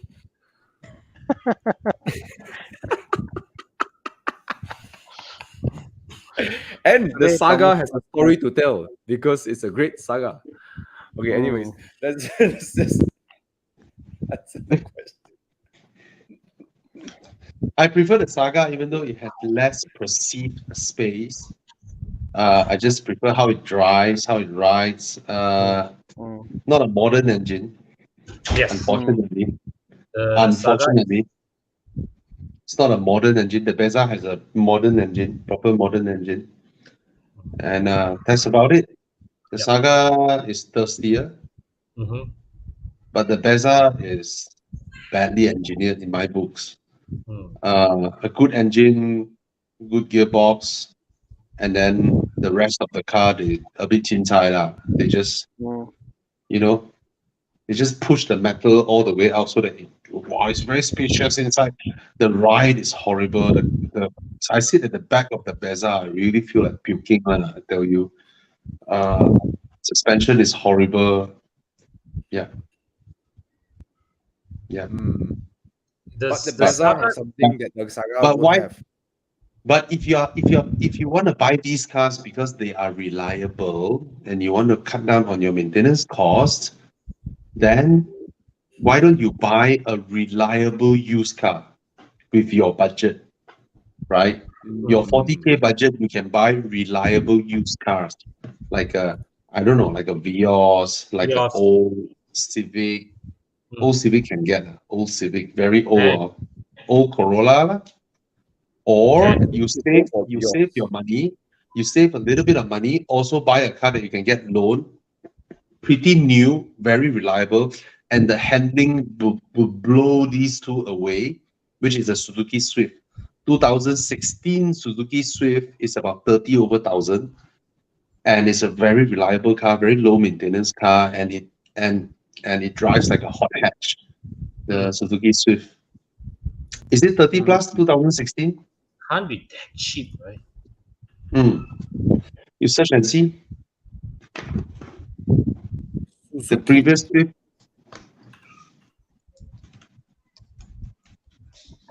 Is it a price?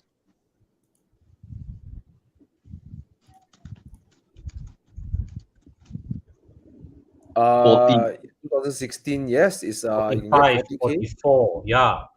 38,000. Yeah. 2015, 40 plus, 30 plus, 30 something K for a 2015 Japanese car, right? It's come on, it's These gonna cars are be CBU Japan, right? They're CBU Japan, right? Thailand should be. Or Thailand, ah. Should no. be. No, KDA. CKD or CKD or. Scary, ah. You know how? I mean, you know, the funny thing is, Bobby, when you're talking about Suzuki Swift, when I look at this car now, right? When it's not Swift Sport, when it's Swift, all I can Yeah. see is every time I go to India, I see Swift Maruti. Yeah. But the car is very different from us.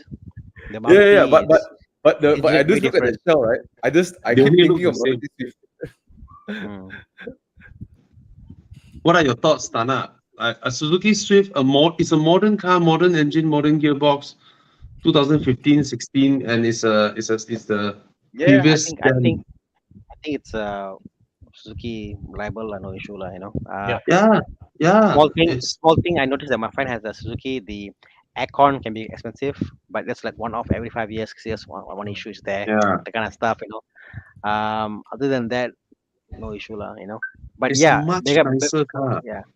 Beza and Saga, I also concur. The Saga is way better. Beza is like how small things that you get in the Beza. You look at the chair, the seat, the caps on the seat. The car is like unfinished. The car looks unfinished in the Beza. The Saga looks way more accomplished, finished. The interior. Saga but- interior, oh my god, super high quality. I mean, the fit and finish is crazy. Oh, yes. Alright. Yes. They Yeah. put that GD money into great use, man. Yeah. So you do consider the Suzuki Swift, and it's one of the modern cheaper cars that qualify for enduro. Yes. All right. And Yeah. You know what? one thing about the Swift is that, right, when you drive it, there is that sense of mechanical integrity you don't get from cars at this price range. There's that Properly engineered. You throw it in a corner, right? You know it's properly engineered. Yeah. You don't And even on get the that highway feeling also. of yours. You On don't the get highway that as feeling well. of yours or a Yeah. city. You don't have to go You corners don't on the get that. highway. You feel it.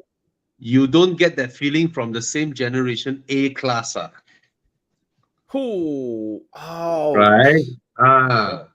That you get the feeling that even though the car is simple, but the engineers put in the effort to make sure that every component work together in harmony.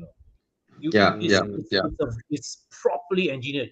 You can feel the engineering when you drive. So, the car. Muhammad Hairullah, hearing from all our experts here, and the fact that you're watching this video for this show means that you probably like driving as well. So, if I were you, the Swift will be, I mean, hands down, the best choice. If I were a fresh graduate, I would go for that. Yeah. All But right. between these two, right, the Saga actually does come quite close to matching it. The only thing Saga does, the Bezza does very well is the second-hand value lah. But the Hmm. Swift, on the other hand, how much more will this depreciate? How much more? Can lah. Yeah. So the Swift also has a very good proposition on the financial side as well. Yes. And Actually, the even when it's Saga also outside, when it's handles. sorry? No, I keep quiet. Sorry, you continue. Sorry. Oh no, I mean even after the Swift exits the loan period when you want to sell your car, it's not like no one can pay cash 20,000 to buy a Swift. People don't mind paying 20,000 to buy a Swift. No, not at all. Yeah. Bobby, go ahead. Oh yeah, I was just concurring to what Con said. The Saga actually engineered to handle really, really well. Just that again, same thing. It doesn't have a modern engine. It doesn't rev like a modern engine, deliver power like a modern engine. Yeah. And Bobby, remember that time when we tested the Saga, the car had some weird tires that you have never seen before, and it still handled well. Yeah. Even a Yeah. from You know China what? tires, like. I just have an epiphany. You know, I just have an epiphany. Oh my god. Okay. Okay. You guys know that I want to get an A110. I really like it. I love the A110. Okay. I guess But correctly, say yeah, by the way, yeah. if I sell my M2 competition, I don't have a daily car. I don't have a car big enough to carry things and stuff like that. So I'm like, okay, why don't I change my M2 competition to an A110 Legion GT, and then I'll get a Suzuki Swift as my daily. Bobby, what Sweet did I spot. tell you, Bobby? Bobby, I told you, Bobby, yeah. I said what? I said I give him up to March. He'll sell the M2's competition. I told you, right? Remember in the show? I think it was back. I told him I give him. Yeah. Yeah. I mean, we said that right. The M2 wouldn't last long with Thomas. Yeah. It's You're like right, lah. it's like just a few months you fully explored all its breadth of capabilities, and then you wanna. That's the thing with sports cars and people who buy sports cars like Thomas. You know, they are good in it. They dare to whack it, and then it's like a new girlfriend. Every position tried already. But Thomas, you're gonna end up with the same situation with the Suzuki Swift. You're gonna buy it. They're like, a couple of weeks. They're like, okay lah, but I need more money for I power mean, lah. I still have so much fun in the M2 competition. I do, but if I have the financial capacity, I will get the Legion GT, and then I'll get the M2 competition, and then I get my Spider. But I don't have that financial capacity, so something has to give, lor. The Swift is a great daily, right? I can go gunting in the Swift some more, right?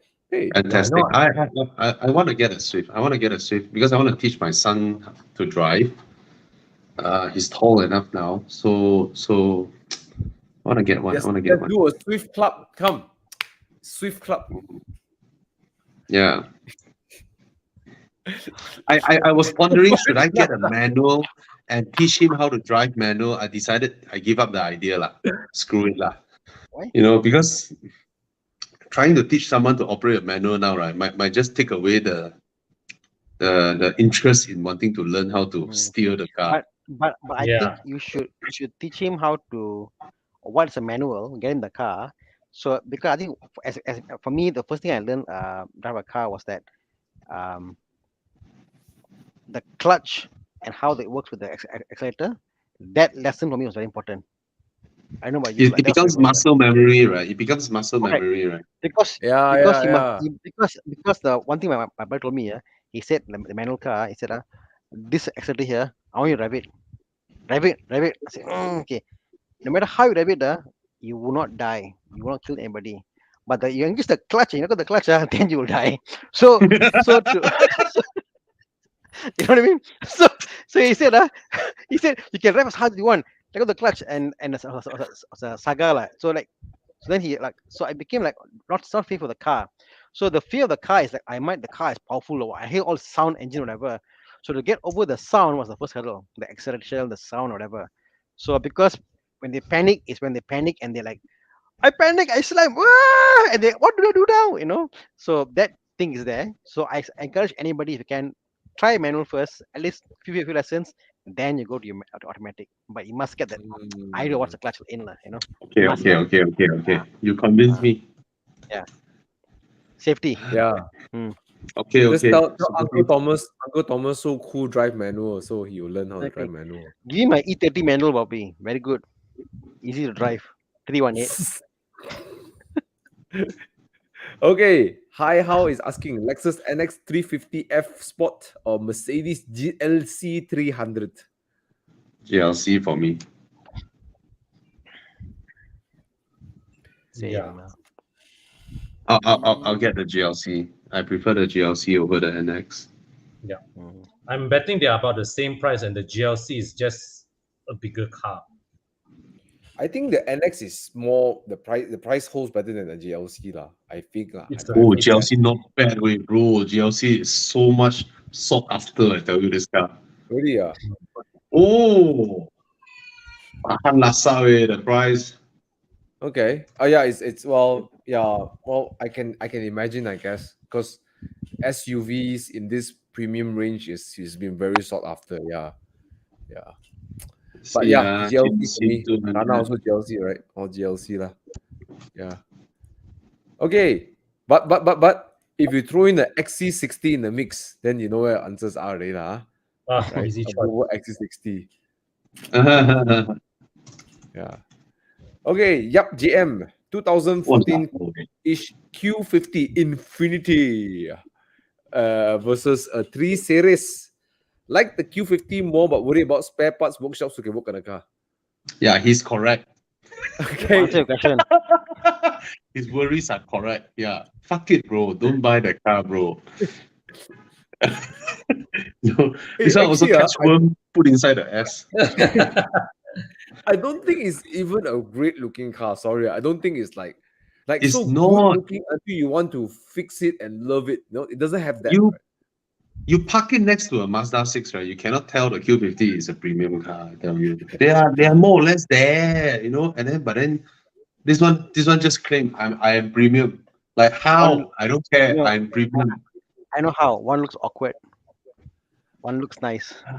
I don't know, No, Sometimes it man. like blends in. I think the Q5 just blends in. It doesn't even stand out, right? It just blends in, right? Yeah. Yeah. It's not awkward, Satana. It's like, huh? Right?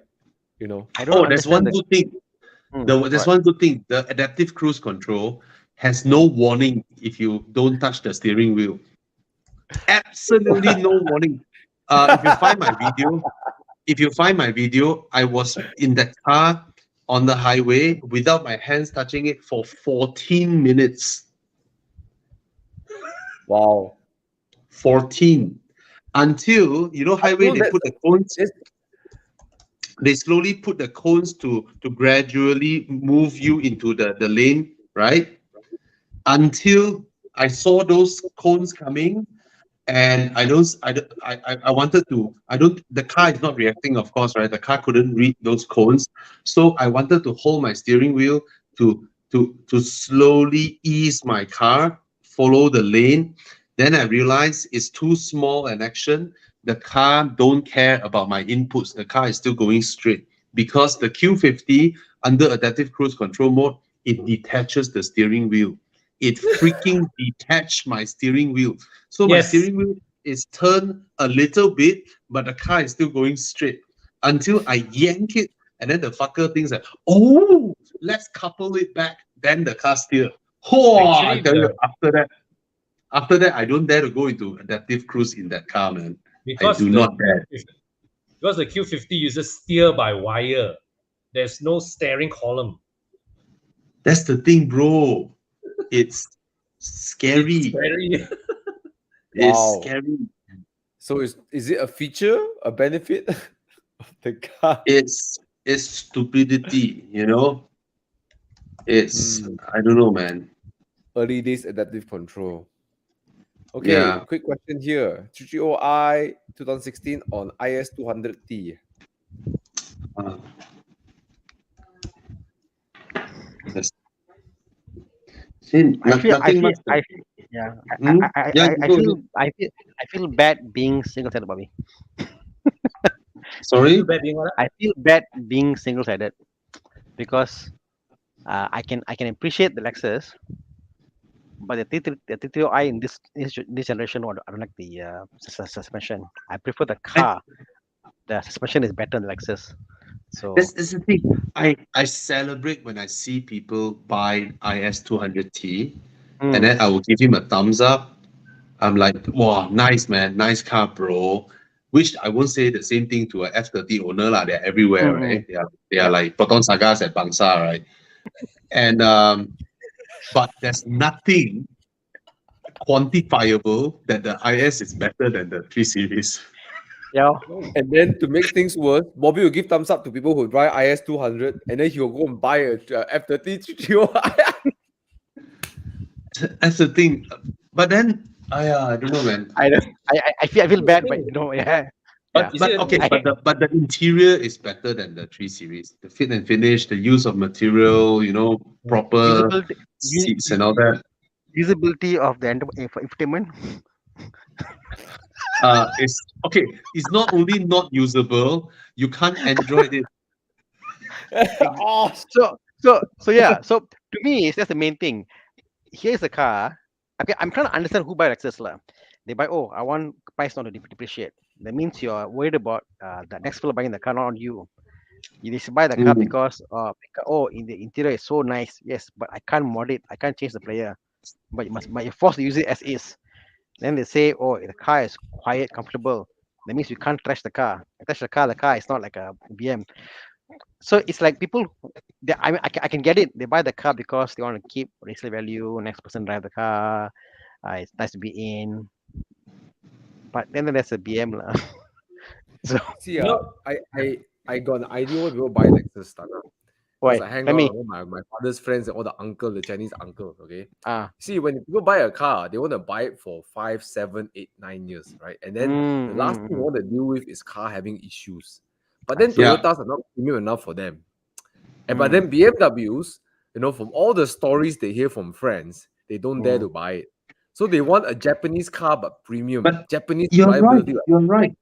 And that's My- why Lexus is like, My, for them. my friends who are in this income level, who I know are not car guys, they don't enjoy workshop visits.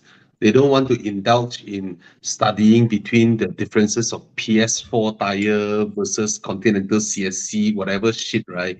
Those people, I ask them to buy Lexus because, Lexus is the only car maker that you put this person here, ask him to drive, he will definitely arrive there.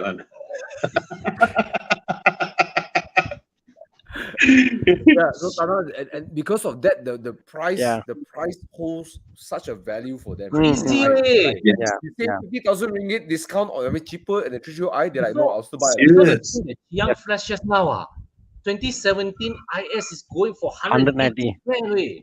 Yeah. Yeah, bro. I mean, There I you mean, go. I mean, you also got the. As I say, the other day, what called HP sent is Lexus into Prestige. I was with Con, and then I said, "Hey, Con, his car is here. Why?" He said, "Yeah, lor. He sent his car. I said, what for?" No, he said the rear door got some small noise in the door. Dashboard. I said, what? Dashboard. I said, what the hell? Being owners like normal lah, got sound what? So what's the big issue? Lexus owners got I stress. told, They I said, told the Prestige mechanic to, hey, you call dia suruh dia beri angkat tu kereta balik. But yeah, but basically that's why Lexus holds such a great value in Malaysia. Different value proposition in US because Lexus Oh. is a US car. It's a Mm. Japanese car, but then the brand is born in the The market. US, right? Yeah. Okay. But generally, that's why the value is so high. There's this perception that well, it's not, it is the fact that Lexus is like, the Japanese reliability is there.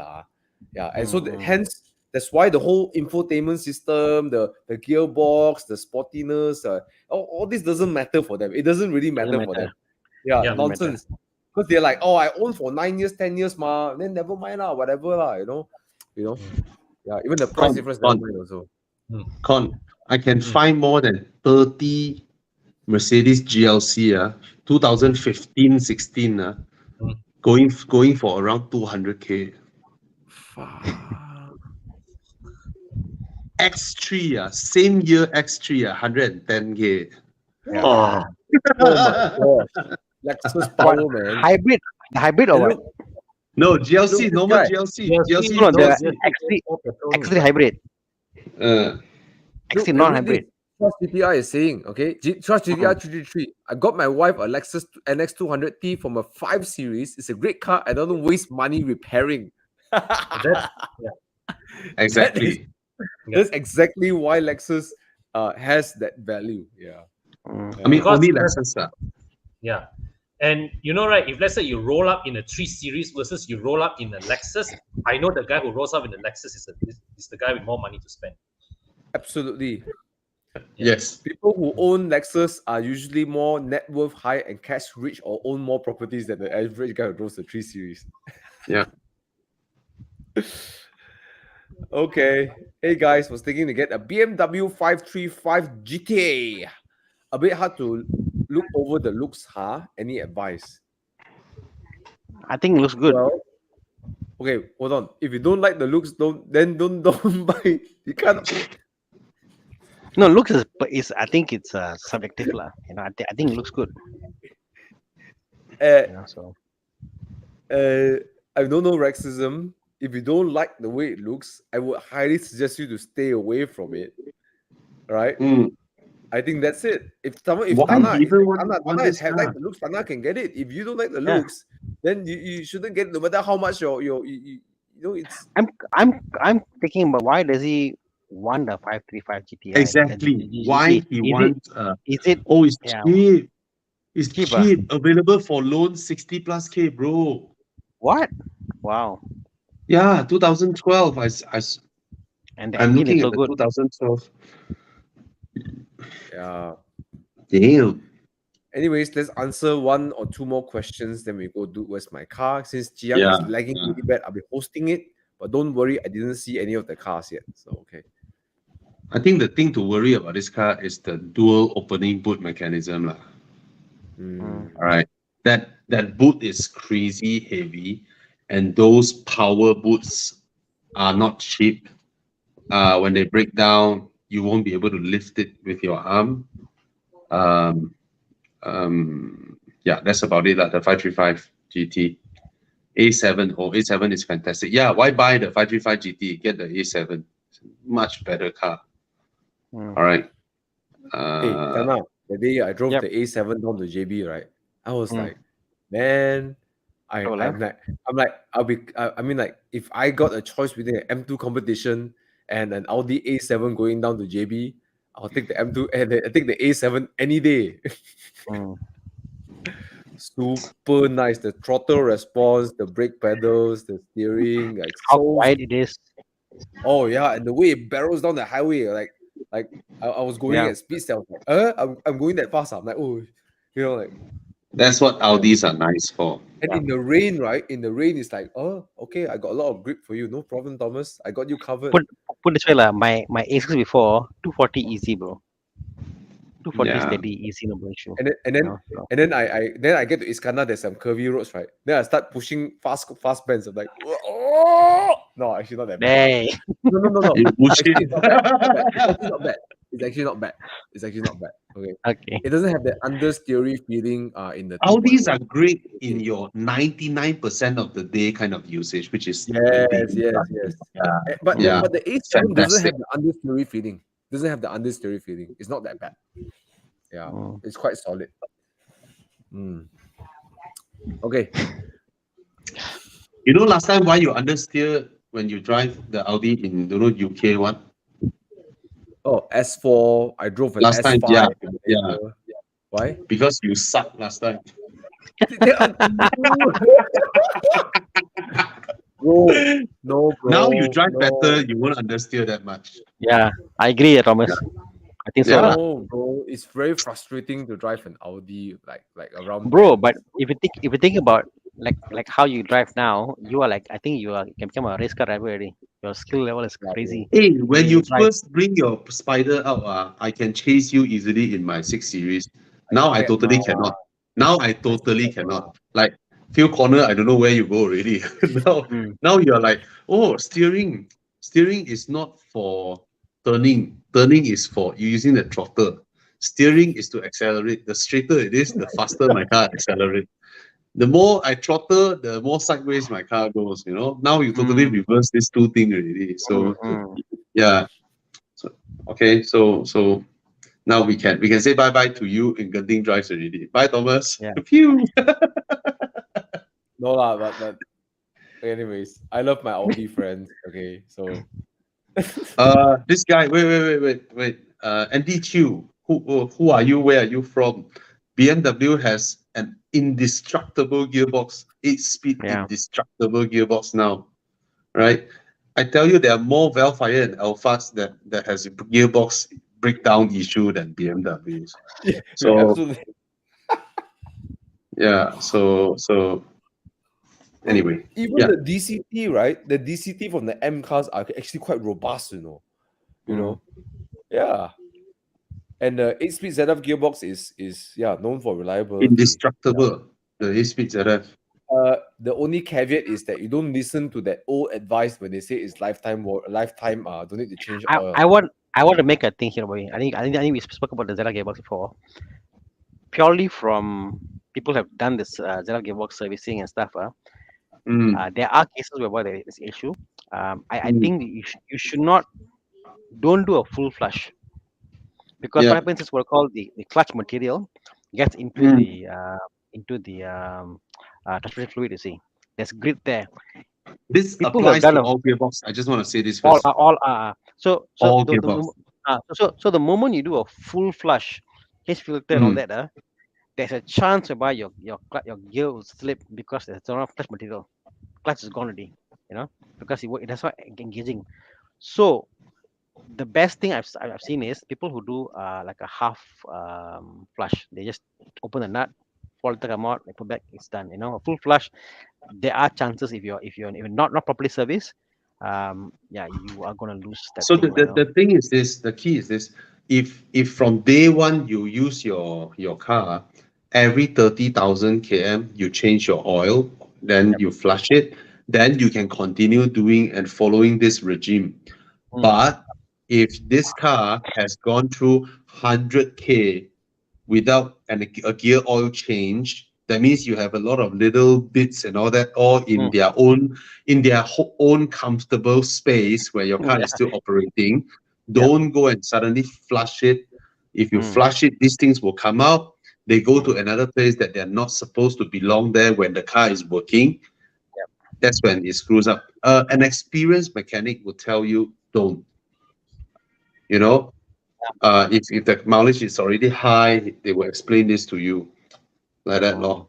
So Just that's like what what Mike Thana is said. saying, just like what Mike Yap is saying, he's very Yeah. experienced, can Yeah. change fluids and filter, don't use a machine to pressure flush. Yeah, All there, right. there are many cases Yeah. also the pump in the gearbox fails, after you do the full flush also. So yeah, so that law. Okay. There is one question here. No more question. I think I just want to put on the timing, guys. We are already 10 o'clock. Let's Shall go we into Dude, Where's My Car? Yes. But before we come. go, I just want to say this. Young Garek Dion is asking Thomas, have you driven the GR Yaris up to Genting? Just wondering.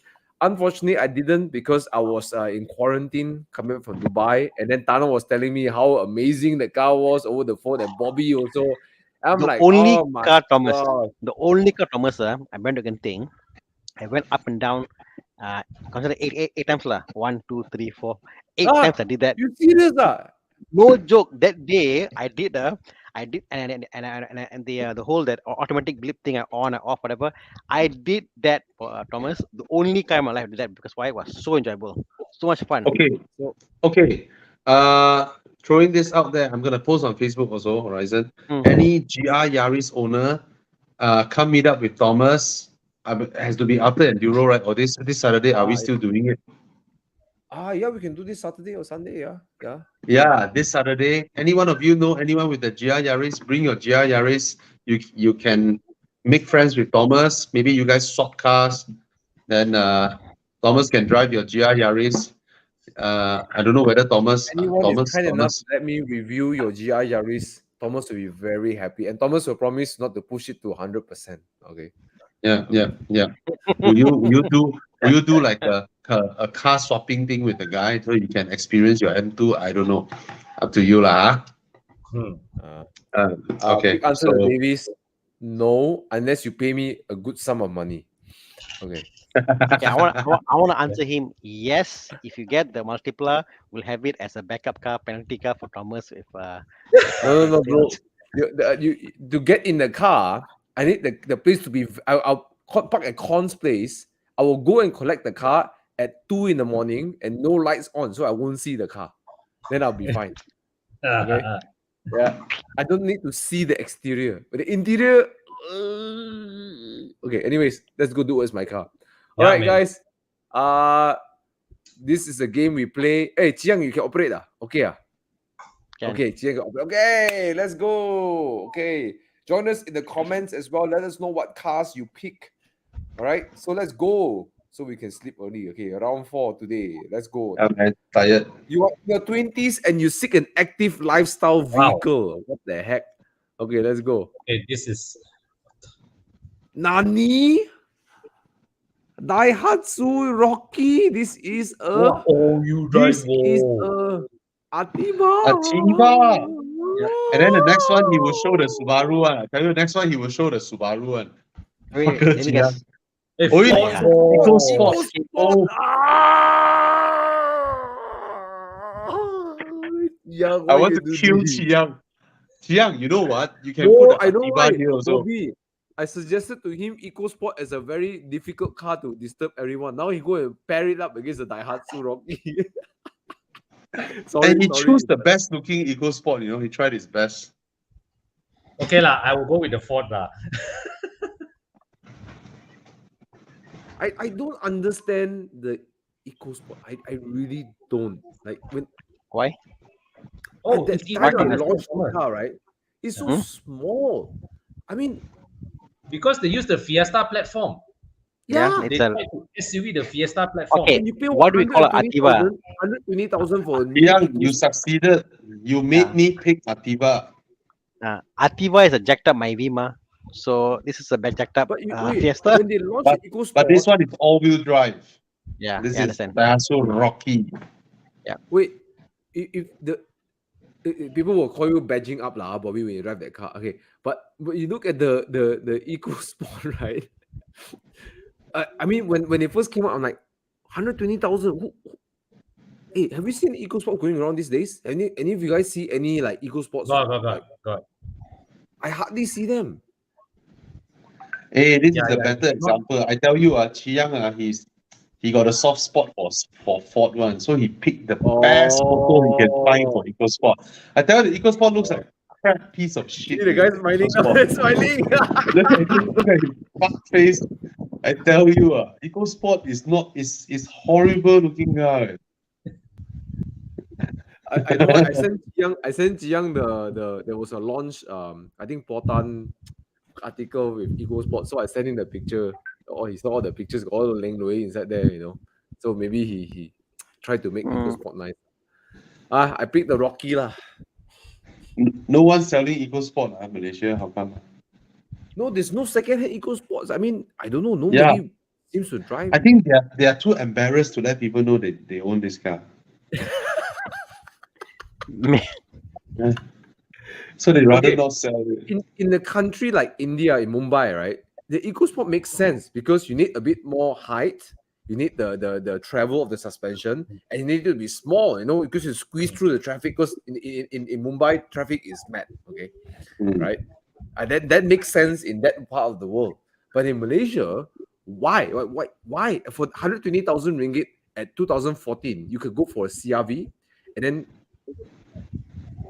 the HRV come out 2014. HRV, yeah, HRV. I think like a decade or more ago, people bought cars because it's different, not the car that my neighbor has lah. So that was also a stigma back then, So it's just this one really different. different. This one really different. Hey, Chiang, you faster, you share this link. I don't care. Wait, okay, in what group? Faster. EcoSport all broke down already. Faster, Chiang, click this one. Show everybody the beauty of EcoSport.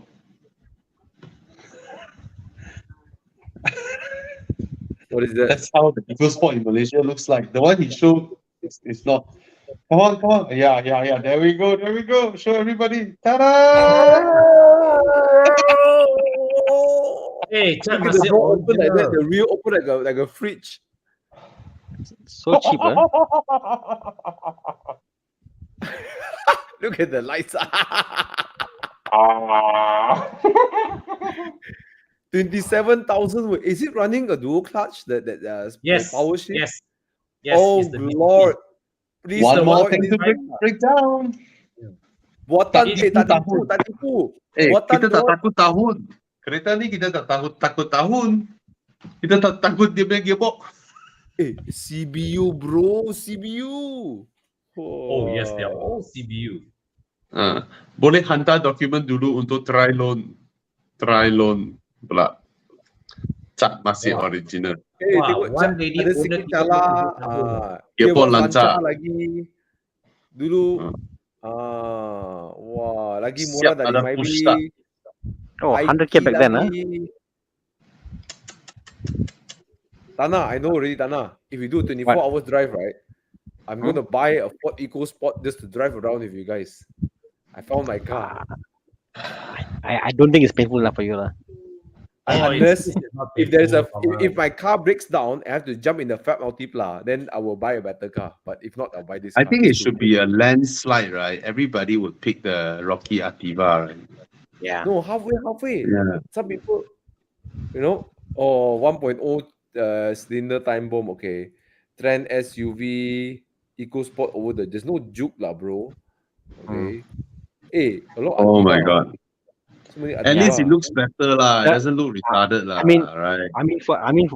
For me, the Rocky Jiang, has you got picked the some wrong off-road picture. capabilities, It's the lah. wrong picture. You know, it's really people really do use it for camping and stuff. So I think for me, it's the Rocky, lah. You know, without Yeah, man. I don't care. It's No, got I'm gonna buy the some Rocky and pedigree. then I change my price to Perudua. It looks like the EcoSport looks like the Down syndrome version of Ford Mondeo. So bad. No, that's how the i3 was described against the i8. You know, Yeah. the i8 and i3 came out together, right? They're like, oh, that's the brother, that's the little Down syndrome brother, the i3, the BMW Anyways, i3. Gone, Okay, come Gone, next. what do you pick? You pick the Rocky as well. I actually picked the EcoSport because What? I like the old school, rear mounted spare tire SUV. Get an kind. Everest. Get an Yeah. Everest. Yeah. Anyways, round 2. A luxurious, impressive EV. We have EV now. Let's go. What EV do Oh we have? wow! Bro, what Apa is this? ni? Why you show Why that? the engine bay? Why is the battery in the engine bay? Rolls really, ah? Royce. EV. Seriously? That's how silly they were last time. They took out the engine and they put the batteries in the engine bay, like high up. Only one. Oh my produced. god. Oh my Tesla. god. It's gonna be horrible. Oh my god. Okay. Oh my god. Yeah, put a carbon fiber case Porsche, over the it's a battery and then say Porsche. it's lightweight. Bentley Continental. Wow! Qiang, where Oh, do you even Aston think this Martin. from, Oh, eh? wait. This one, Oh, right? rapid The E. battery replaced the top tube. It's in the T structure of the car. The Oh. rapid E. Why the Rolls Royce they put the battery high up at the top of the engine bay? What the hell? Stupid place to put battery. Anyway. You both also like potong lah. Hey, Jiang, why you potong us like that? 2 rounds in a row. Hey, Jiang, let me teach you. I've been doing us my car for a while. You cannot potong us non-stop, no. You lose like, we lose. Jiang, you don't laugh. You don't laugh. Wait for round 3. You don't laugh, Jiang. Why you do this to us? But you know what? The point of a Rolls Royce is to be the most quiet car in the world. Correct. And in this respect, it's even quieter. And a Rolls Royce wasn't supposed to be good handling, right? So I get an electric Rolls Royce. Yeah. I wonder if they can reduce the soundproofing if they made it EV. Because so quiet. Sorry? Soundproofing, they can take out the soundproofing in the Rolls Royce to make it lighter. No. compensate. No, there are poor people's car next to you. Oh, true. Hey, remember the episode remember the episode where What? James May was driving the Rolls Royce?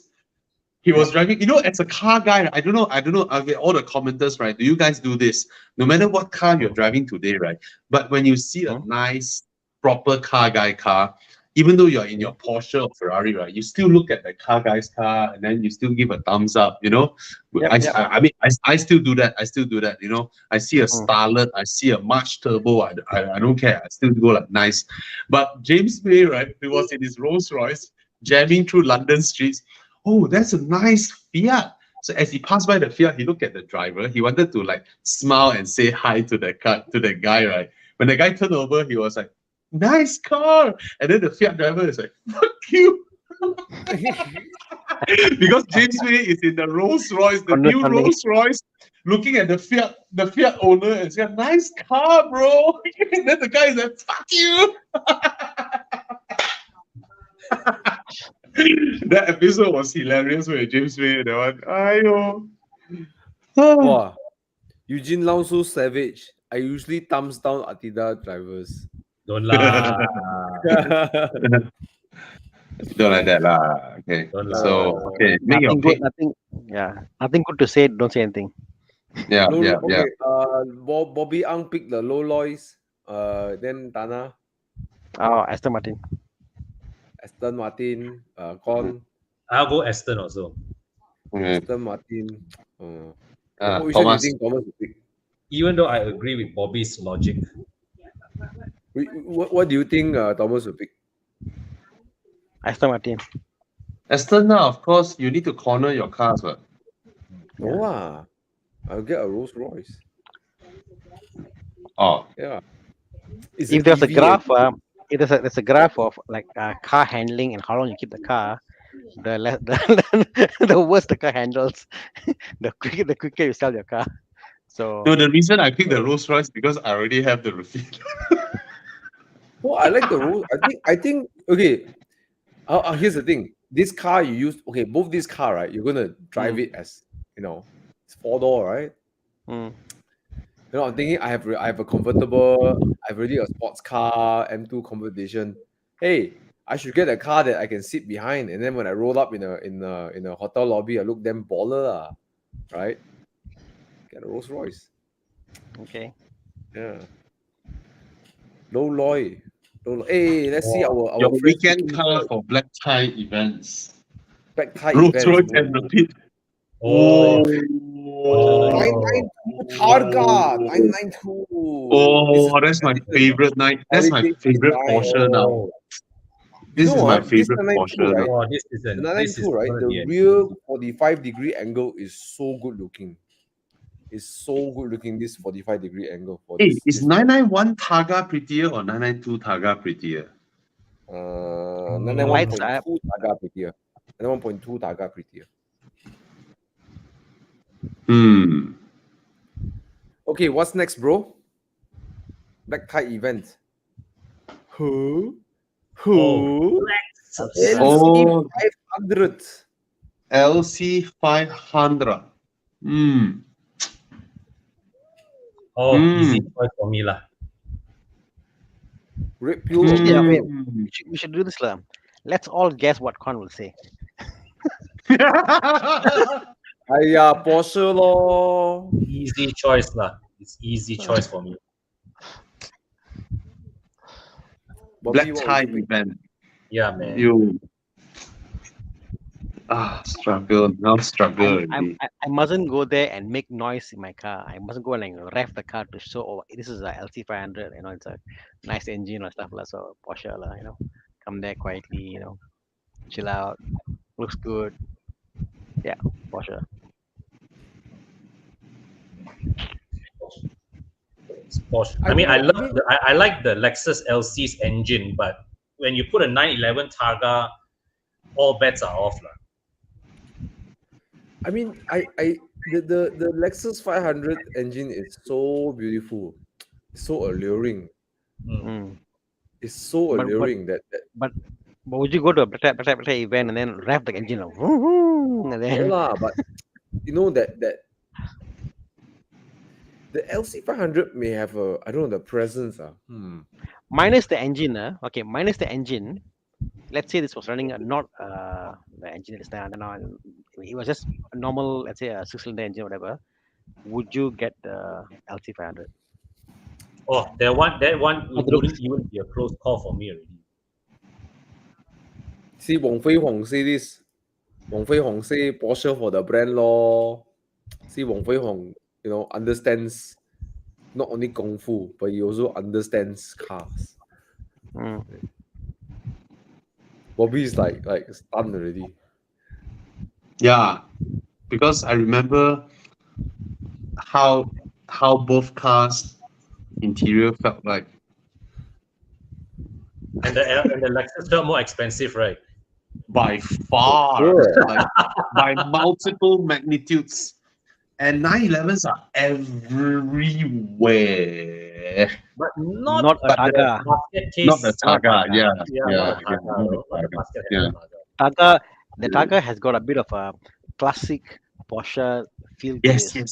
yes. You know, all the new Yes. 911s look a bit like, okay lah, generic Porsche Yeah, there, whatever, yeah. It's come to the point that like a Boxster looks more flashy than a 911 because Yeah. of convertible, but yeah, But then the Lexus, okay, minus the mm, sound, Bobby, minus the sound, purely from outside aesthetic of someone looking at you. You go for an event, you roll into the lobby. See, when Just you have when that. when you drive a Lexus LC500 and you come to a black tie event, the personality of a LC500 person, right, is this super steady, Black tie event, you drive Lexus, your account manager also drive the same brand. Yeah, but when you drive an LC500, you're that, that stable, You're the guy with nothing to prove. yeah, and then the Targa is, I'm already there. I'm saying I'm there. I got nothing to prove lah. Isaac, you're wrong. My Porsche Spider has no chicks come and talk to me. Zero. I get batang come only. Okay.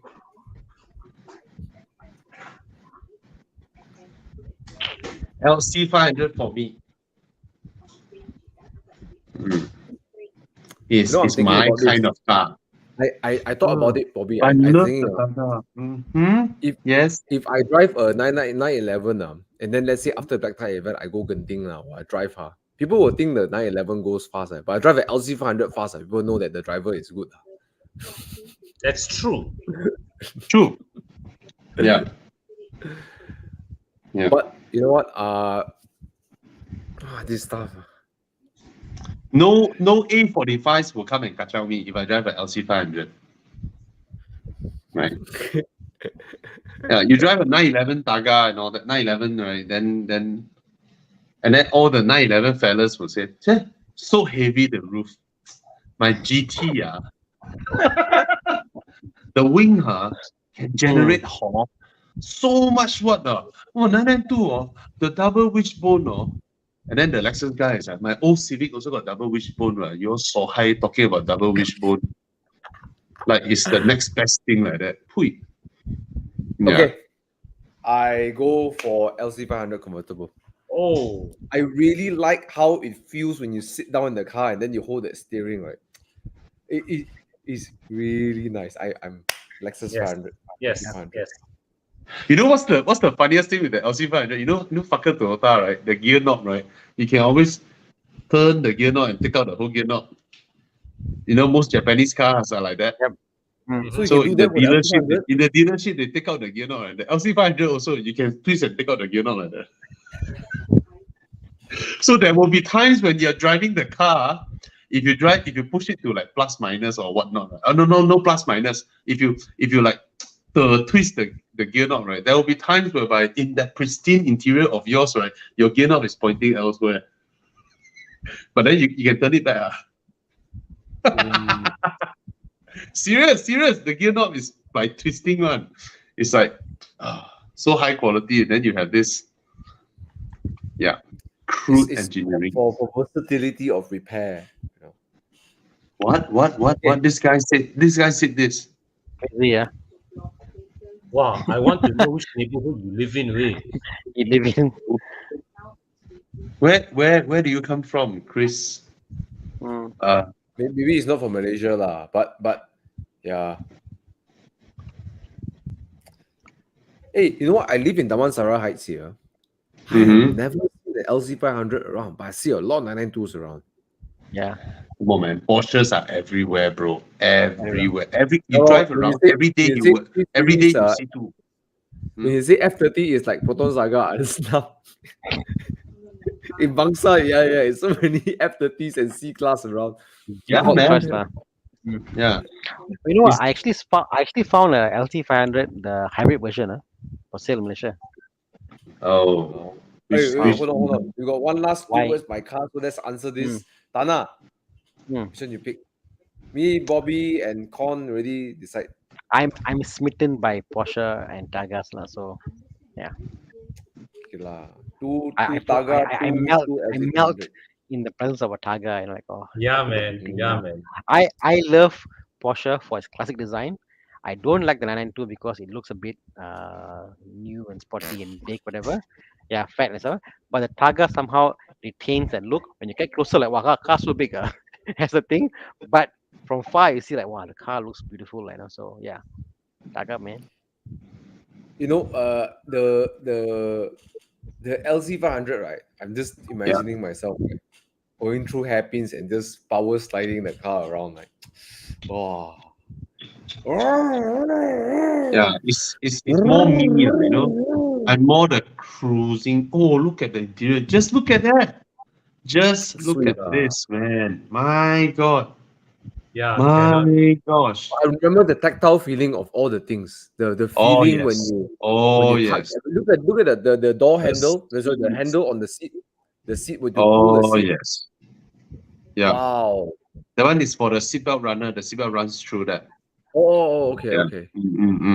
Look at that. Beautiful. Okay, LC500. I'm done. Tana Oh. and Con are both Targa, and then me and Bobby LC500. Mm. LC500. I like this guy says Tan JH says he see more 911 than LT in Japan itself. Yeah, exactly. I mean, So even in Japan, as a brand, integrating. the Porsche has more allure. I that's for sure. Especially as a Targa. Yeah. Yeah. What is this? What's the occasion? What's the occasion? Collectibles. Oh, collectible car. Okay. Wow. Koenigsegg. This is the old Koenigsegg. Cool. Agira. Holy. And what? Fighter. Pagani lo. Oh.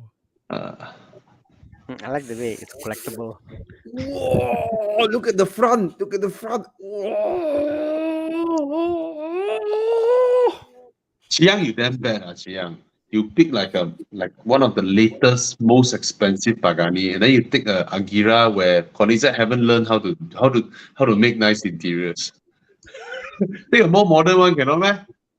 You cannot take the what the new one, what CC 850S, fucker. You don't want to use the CC 850. You know about the CC 850, right, Thomas? It's a 4-door, right? Is it that one? That's Camaro, right? ERND, and then you and move then you can over put manual then with a manual. clutch. Yeah. Oh. Okay, as much The as the Agera doesn't look that bad, right? It looks like a freaking jetway. all Koenigsegg's are like that. But No, the more Zonda especially he the picked, Agera. right? The Zonda he picked, right? especially It's the like Agera. the one off. I don't know how much it costs, 10 million or something like that one. But the Agera looks more so the most fighter jet looking like. Look at the side profile. Seriously. And then you compare both interior, and then you're like, what is Koenigsegg doing Well, in this Pagani, era? In this era. Balls. Pagani Minimalist. didn't they have to develop their own engine, so they got more money to spend on the interior. Yeah, I always say that, right? They pick up the phone. Hello, is this Alpha Tabak? Please send another 2 engine. I got 2 orders this year. Yeah. Pagani has no don't have the kind of engineering knowledge that Koenigsegg has. Hmm. You know, yeah. So, but then this Akira is so ugly, and this Zonda is so beautiful. Yeah, lor. You got interior comparison, Chiang? Interior. But the Oh, Thomas, do you exterior, the know? Zonda is so cool. Oh my god, I love this Yeah, exterior. so it has no It roof. reminds me of. Look at the interior. Wow, wow. It's another level. Oh, this is not the best Pagani Zonda interior. This one is like lightweight carbon. You look at the shifter, look like shit. Normally, Carbon. normal Pagani shifter is not like that one. It's like a naked. You see the metal and all that. Yeah. But the exterior of the Pagani, right? It reminds me. The front reminds me of One of like a five. race car. Okay. Thomas, do you know every Koenigsegg you can detach the roof and put it inside the front? Yeah. Yeah. But You get the the interior. Akira can Yo. also, right? Sorry? Oh, the interior just stunned me for a bit. Yeah, man. I Chiang, was like, explain. Why They're both this Akira? the same Yeah. era, That's it. around the same era. Yeah, that's it. Same era. That's it. Yeah. Totally different thing. The one of five, and then what's the value of the Zonda? yeah, Like you need 10 to million. give us something shock also, ma. You give 3 also like that. That Zonda apparently is also one of five movie. Yeah. The value of the Zonda, what? Zonda, Cinque, Roadster. I was reading about the model. Apparently, some dealership in Hong Kong ordered for them. Zonda, Pagani Zonda, choose really. Yeah, lah. Anna also Zonda, right? I go with Yeah. the Koenigsegg simply because there's more engineering in that car. By far, man. Koenigsegg is solid engineering. But Yeah. you roll up this Zonda. car, right? At a meet, right? Zonda lah, come on. Look at that tailpipe. Yeah, bro. Look at the front, man. The front looks like some freaking like Le Mans race car or something like that, man. Like Yeah, I don't and know, then like and then 19 the Koenigsegg can run rings around this Pagani. Like, wow, let's race! And then the Koenigsegg at the 8th lap already, the Pagani is like on the 2nd lap. Not I so think the bad. Pagani will give you more drama, lah. Yeah. I don't know, man. Koenigsegg, Koenigsegg is gila, right? Yeah. One can actually go fast. Both are respectively very, very. Both are very. No, they are very epic cars. Let's put it this way. One is like the showman, and the other one is the mad scientist. Yeah. Shit, I'll go for I the wish- Agera. So I change it. I want wish Agera. Bufori would do something like Pagani, because they have every capability to build something like a Pagani. Oh yes, yeah, with the carbon Kevlar. Because it's the same. Because Bufori also ordered the gearbox and engine in, and then they built bodies over the cars. But they could have built something that looks like the Pagani with their knowledge on carbon fiber materials, metal, and all that, right? If they do something like Pagani, I tell you. The design is Italian. Italiano, not I to guess- make a design like this. I guess high speed engineering is different, like it's a lot of wind tunnel and it's just a different ball game, lah. True. Yeah. But if they bring in a designer, right, and work with a very accomplished designer, then probably they could come up with some amazing car stuff, right? If you look through Koenigsegg's car, right, it's like the guy is like crazy. This model don't have clutch. This model don't have gearbox. This model don't have flywheel. It's like he just throw everything away. Like the which car was it? The Jesko, like 9-speed gearbox with 7 clutch, and then the gearbox is smaller than a typical DSG gearbox. And it can handle like 1,600 horsepower. Madness. Yeah, self-engineered, self-developed, and all that. Then the dihedral doors and all that. But the Pagani is like what Mike Yap said, is art. It's just pure art. Yeah, I changed my mind. I'll pick the Koenigsegg. Yeah. Zonda. Sonda. All right, 7.3 liter Mercedes engine. Gone. The Koenigsegg. Koenigsegg for me, man. Bobby Pagani. I usually would pick Koenigsegg, but this Koenigsegg, maybe I'll go with Thana together. Appreciate the interior, and then yeah, I finally have a Mercedes engine car by then. Yeah, yeah. But if it is Bobby, another Koenigsegg, then I will go with that one. Bobby, if Sorry. you got two cars to pick lah. One car is very fast. One car is fast, but the fast car got beautiful interior, and another one is shitty. Which one would you pick? The beautiful one. Tana, you're putting it too plain, man. Koenigsegg is not fast. It's an engineering marvel. Yeah, Yeah, it's the no, it's I mean- appreciation of their engineering. Yeah, You, yeah. like it's like to the point that you may not be able to fully harness the power. It's really good, really. It's an engineering marvel, I know. But then fast enough, fast and crazy. Okay, sorry, engineering. I reverse. Just the doors on the Koenigsegg alone, right, has more engineering than the whole Pagani Zonda. So I'll pick Koenigsegg. Just the doors alone, just that door, just that dihedral door, right, has more engineering input than the entire Pagani Zonda car. Okay. I'm so bad. You've seen videos of how the doors work or not, bro? Mm. It's genius. It's a Caesar door without the height. Yeah. Right. It rolls up front and then it glides out and comes to the front. Have you seen it, Thomas?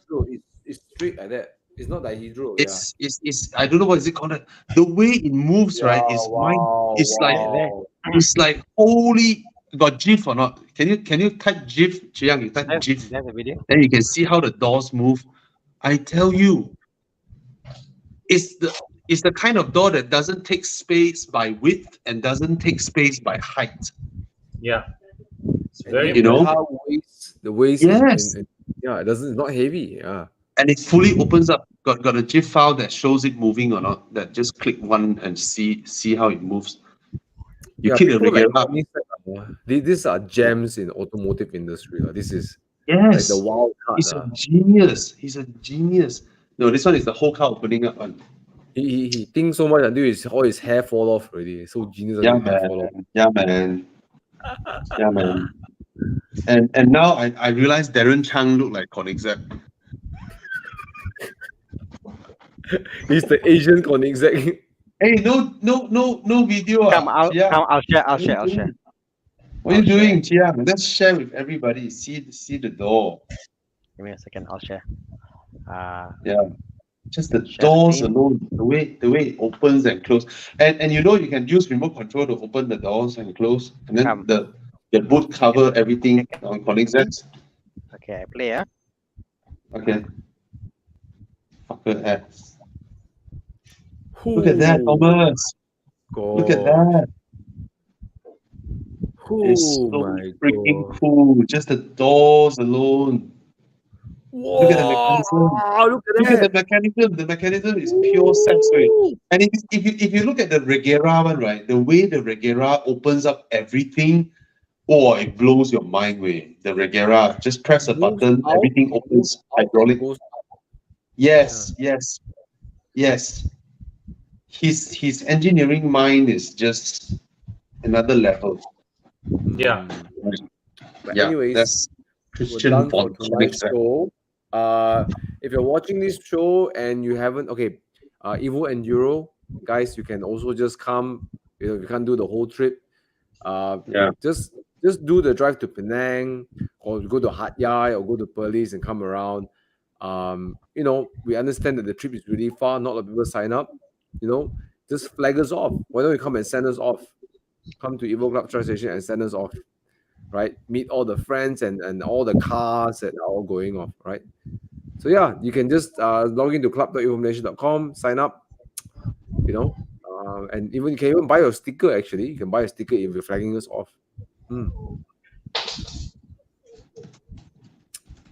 Okay. Sorry. Yep. Promoting a bit the Evo and Euro. Yeah. Mm. Thank you. All right. Thank you so much, guys. Next Monday we will be in Hat Yai, Voila. Yeah. except for Con. Ooh, Except for Ooh. me. ooh. Adrian Mark bought another Porsche. No, Oh, really? he bought a Macan. He bought a Macan. Oh. Macan Oh, S. wow. Oh, Adrian Macan S. Wow. Oh. Nice. Okay, guys. All right, See guys. you. Thank you so much. See you all either on. Are we doing the last Kopek this Saturday before we go and Euro? Yes, I let's do might it. go to Singapore for my niece's welcome to the world. I don't know. Oh, We'll see. nice. Oh, Yeah. nice. If that happens, I probably won't see you guys. So Yeah. I'm on standby. The due date is anytime now. If not, I'll see you on Sunday, no? All right, bro. Then See you guys. Monday is Enduro. Oh, Been waiting Thana, for see it you for there. too long. Thana, there. you're gonna bring the Audi S5 there, right? You won't regret, bro. You will Thana's not texting regret. he texting the agent already. What agent? Gary, then. Yeah. Can text Yeah. the owner to host. Oh, Thana, you sell Yes, the sir. Mondio, the E36, then you can buy already. Yeah, the selling part is the hard part. Like, it's not like I can sell tomorrow. Lah. It's like, Yeah, take credit first lah. You buy the car in credit, then you sell the rest, then you pay the credit. Oh, I'm gonna have credit, lah, bro. No, you take the car over from Gary. You tell Gary this by March. No, not by March. By end of February, if I haven't sell this car for you, Mm. right, I will Mm. take it over and Oh, sell for you. Yeah. Yeah. or you do a trade-in. You trade in the Mondio and then the E36. It's okay, bro. It's okay. All right. Okay. Good night, guys. Bye, guys. Okay, Good bye. night. Bye. See you all. Bye.